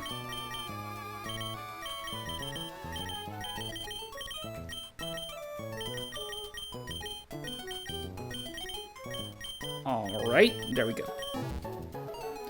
Item-wise, I have written down Citrus, Soft Sand,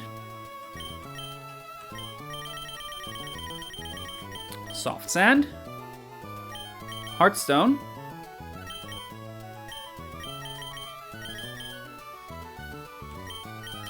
a Spell Tag. Where is it? There it is. Spell Tag, Aguav, or whatever else, whatever other berry I might use for that instead. So I'll wait with that a little bit. And for you, I have a Citrus. Double checking which one I could use. I will use a Wiki if I can. The Wiki berry was minus special attack, and you were Jolly if I'm not mistaken, right? Timid. Minus attack. Okay, so Wiki is perfectly fine. Wiki is minus special attack. Double checking. Wiki's minus special attack. Perfect.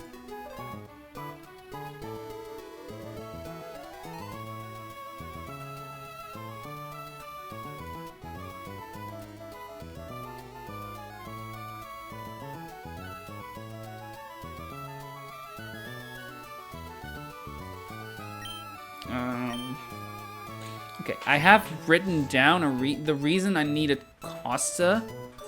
I want to double check what that was.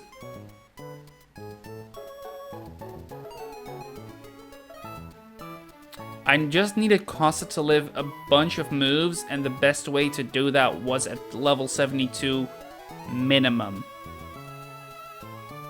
So it's him being over-leveled compared to what I have written down is perfectly acceptable. Awesome. That makes this easier. Let's go. Do I need anything else in terms of items? No. Then we're good. I do need to pre-damage. And I think I do need to do a little bit of leveling still, right? No, everyone is at the level they need to be. Barring...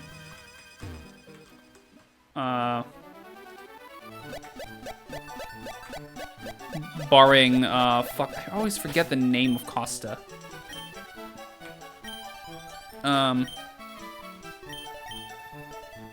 Barring Grant, that's the one.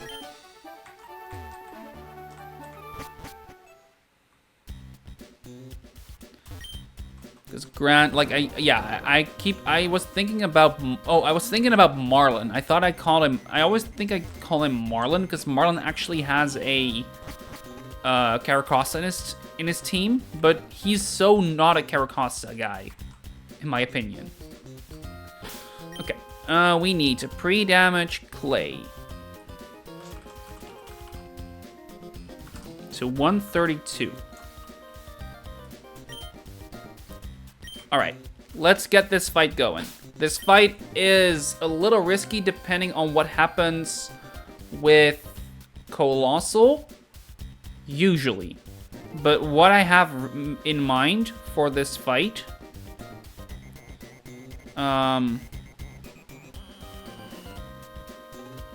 it does not, the fact that there's their Stealth Rock active would not hinder this fight whatsoever. Every single bit of this fight is the same whether or not there's Stealth Rock on the field. So... let's go. Aha! An intruder!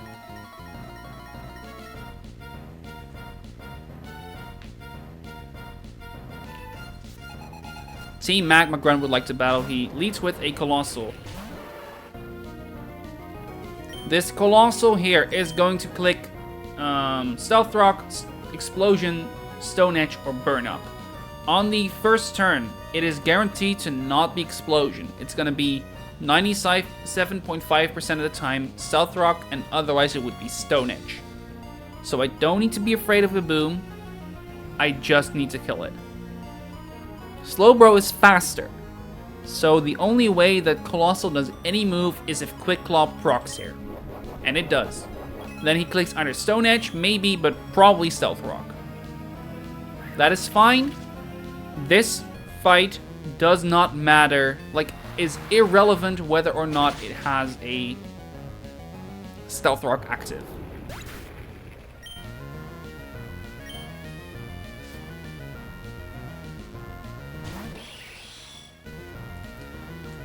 So, we are gonna pivot to Clay here. Dracozolt is gonna click Bolt Beak against me because that sees a guaranteed kill. Clay can take the Bolt Beak, seeing as it's immune. And at level 79, with a Soft Sand, the Fire Gem Hustle Dracozolt is slower than Clay and is killed by even high horsepower. Earthquake does the same thing. We were pre-damaged specifically so that with or without the Stealth Rock, Talonflame comes in and sees a kill with Brave Bird. We are gonna take that Brave Bird with Hamilton. Hamilton can take a Brave Bird just fine. Even 2 crits of Brave Bird will not kill me, even with Stealth Rock up.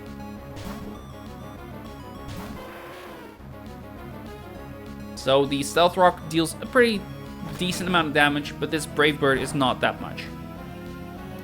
Brave Bird does recoil to Talonflame, so this is one of the rare scenarios where I'm not too afraid of Focus Band proccing. We're gonna Rock Slide and kill it if Focus Band doesn't proc. If it does proc, that's fine too. Alright, Hamilton at 48 HP. Will bait in the Flareon. Because Flareon is... we had equipped a Heartstone here specifically so that Flareon was going to come out first. Soul Rock here is only dead to Head Smash Max Roll. And that's due to the Heartstone. Here, what you would think we need to do here is we need to kill it with something. Like, we assume Arcanine is faster and Rock Slide kills. It would be that simple. The problem is a Soul Rock. Soul Rock here has Bright Powder, so we need to use Basket Legion to take the kill. The way we're gonna go through this fight is we're gonna have Flareon KO itself through the Toxic. We have Grant for that, we have Raihan for that, and we have Crest for that. Right now, the Flareon does not see a kill with anything but Superpower.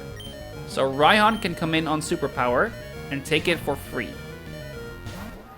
And now we need to take, stall out the turns.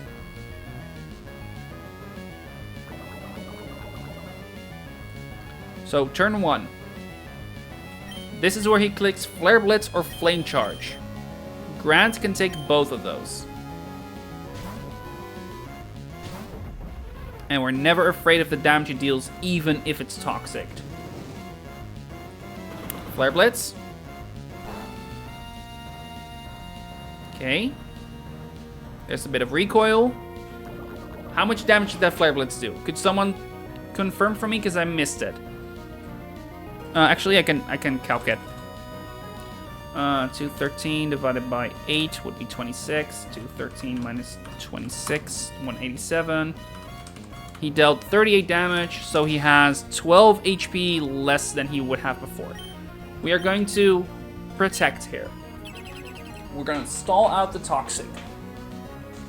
Here he clicks Superpower, as expected. Alright, Toxic tick number 2. So he's taken 37 total, plus a recoil.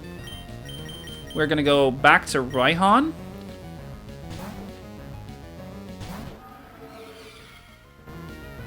Taken not a bit of Stealth Rock, and Superpower does nothing. So now he's taken 55 from the poison. And 12.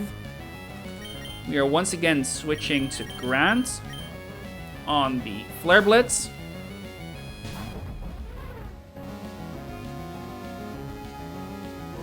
He goes, oh, Flame Charge, that's fine too. That's arguably better. Speed goes up, sure.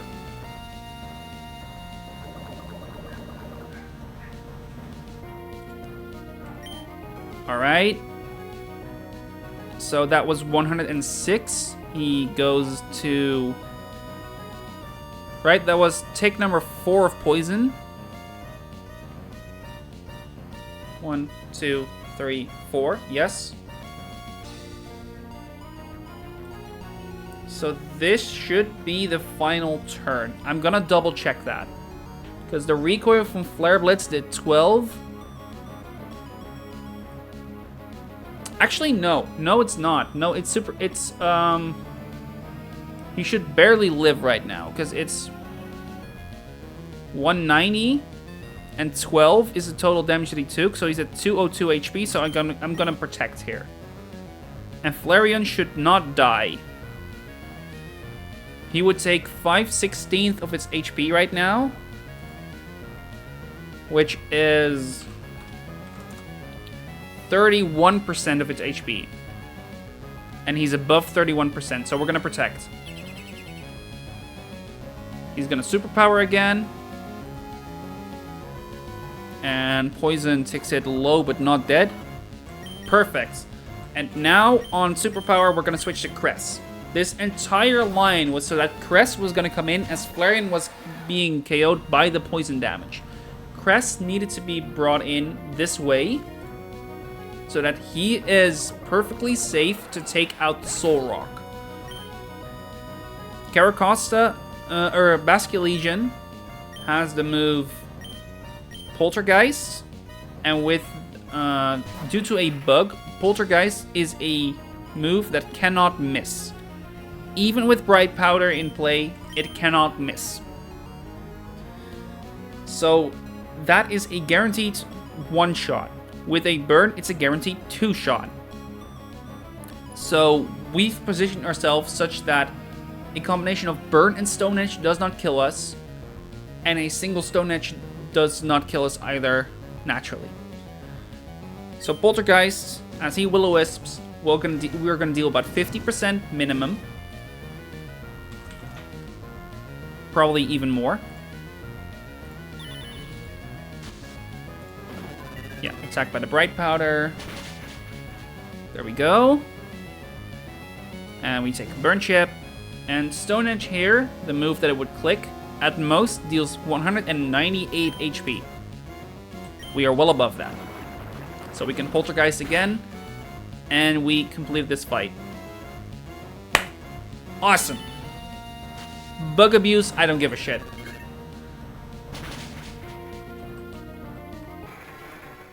Perfect, perfect, perfect, perfect. Exactly as planned. And just like that, we finished the first few grunts of the day. We've gone through 6 fights. The next one is a double battle. And the next one is gonna be done next time. I am not in a position where I can continue for an awfully long time. So I don't have a proper plan for the double battle.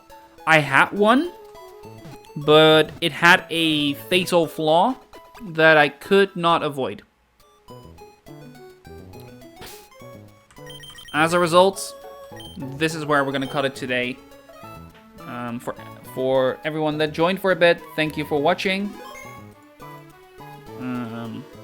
See you guys next time. I will actually bring you guys over to someone to raid, as is customary. Let's see who is running and bunning right now.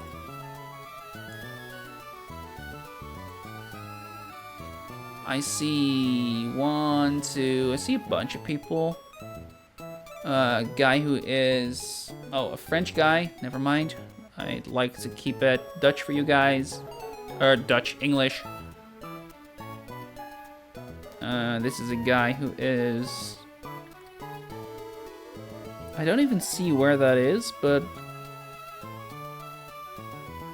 yeah, let's bring you guys over to that guy. That would be Harry Cross. Cross. He has been streaming for only 17 minutes, and he is in a mid-game fight right now. I think this is Route 119? No, actually those level caps line up more with... I'm not quite sure what that is. Probably somewhere before Flannery. Anyway, thank you guys for watching. See you guys around, and in 10 seconds, you guys will be brought over to Harry Cross. Give him some love, give him some support if he needs it, and until next time, bye-bye.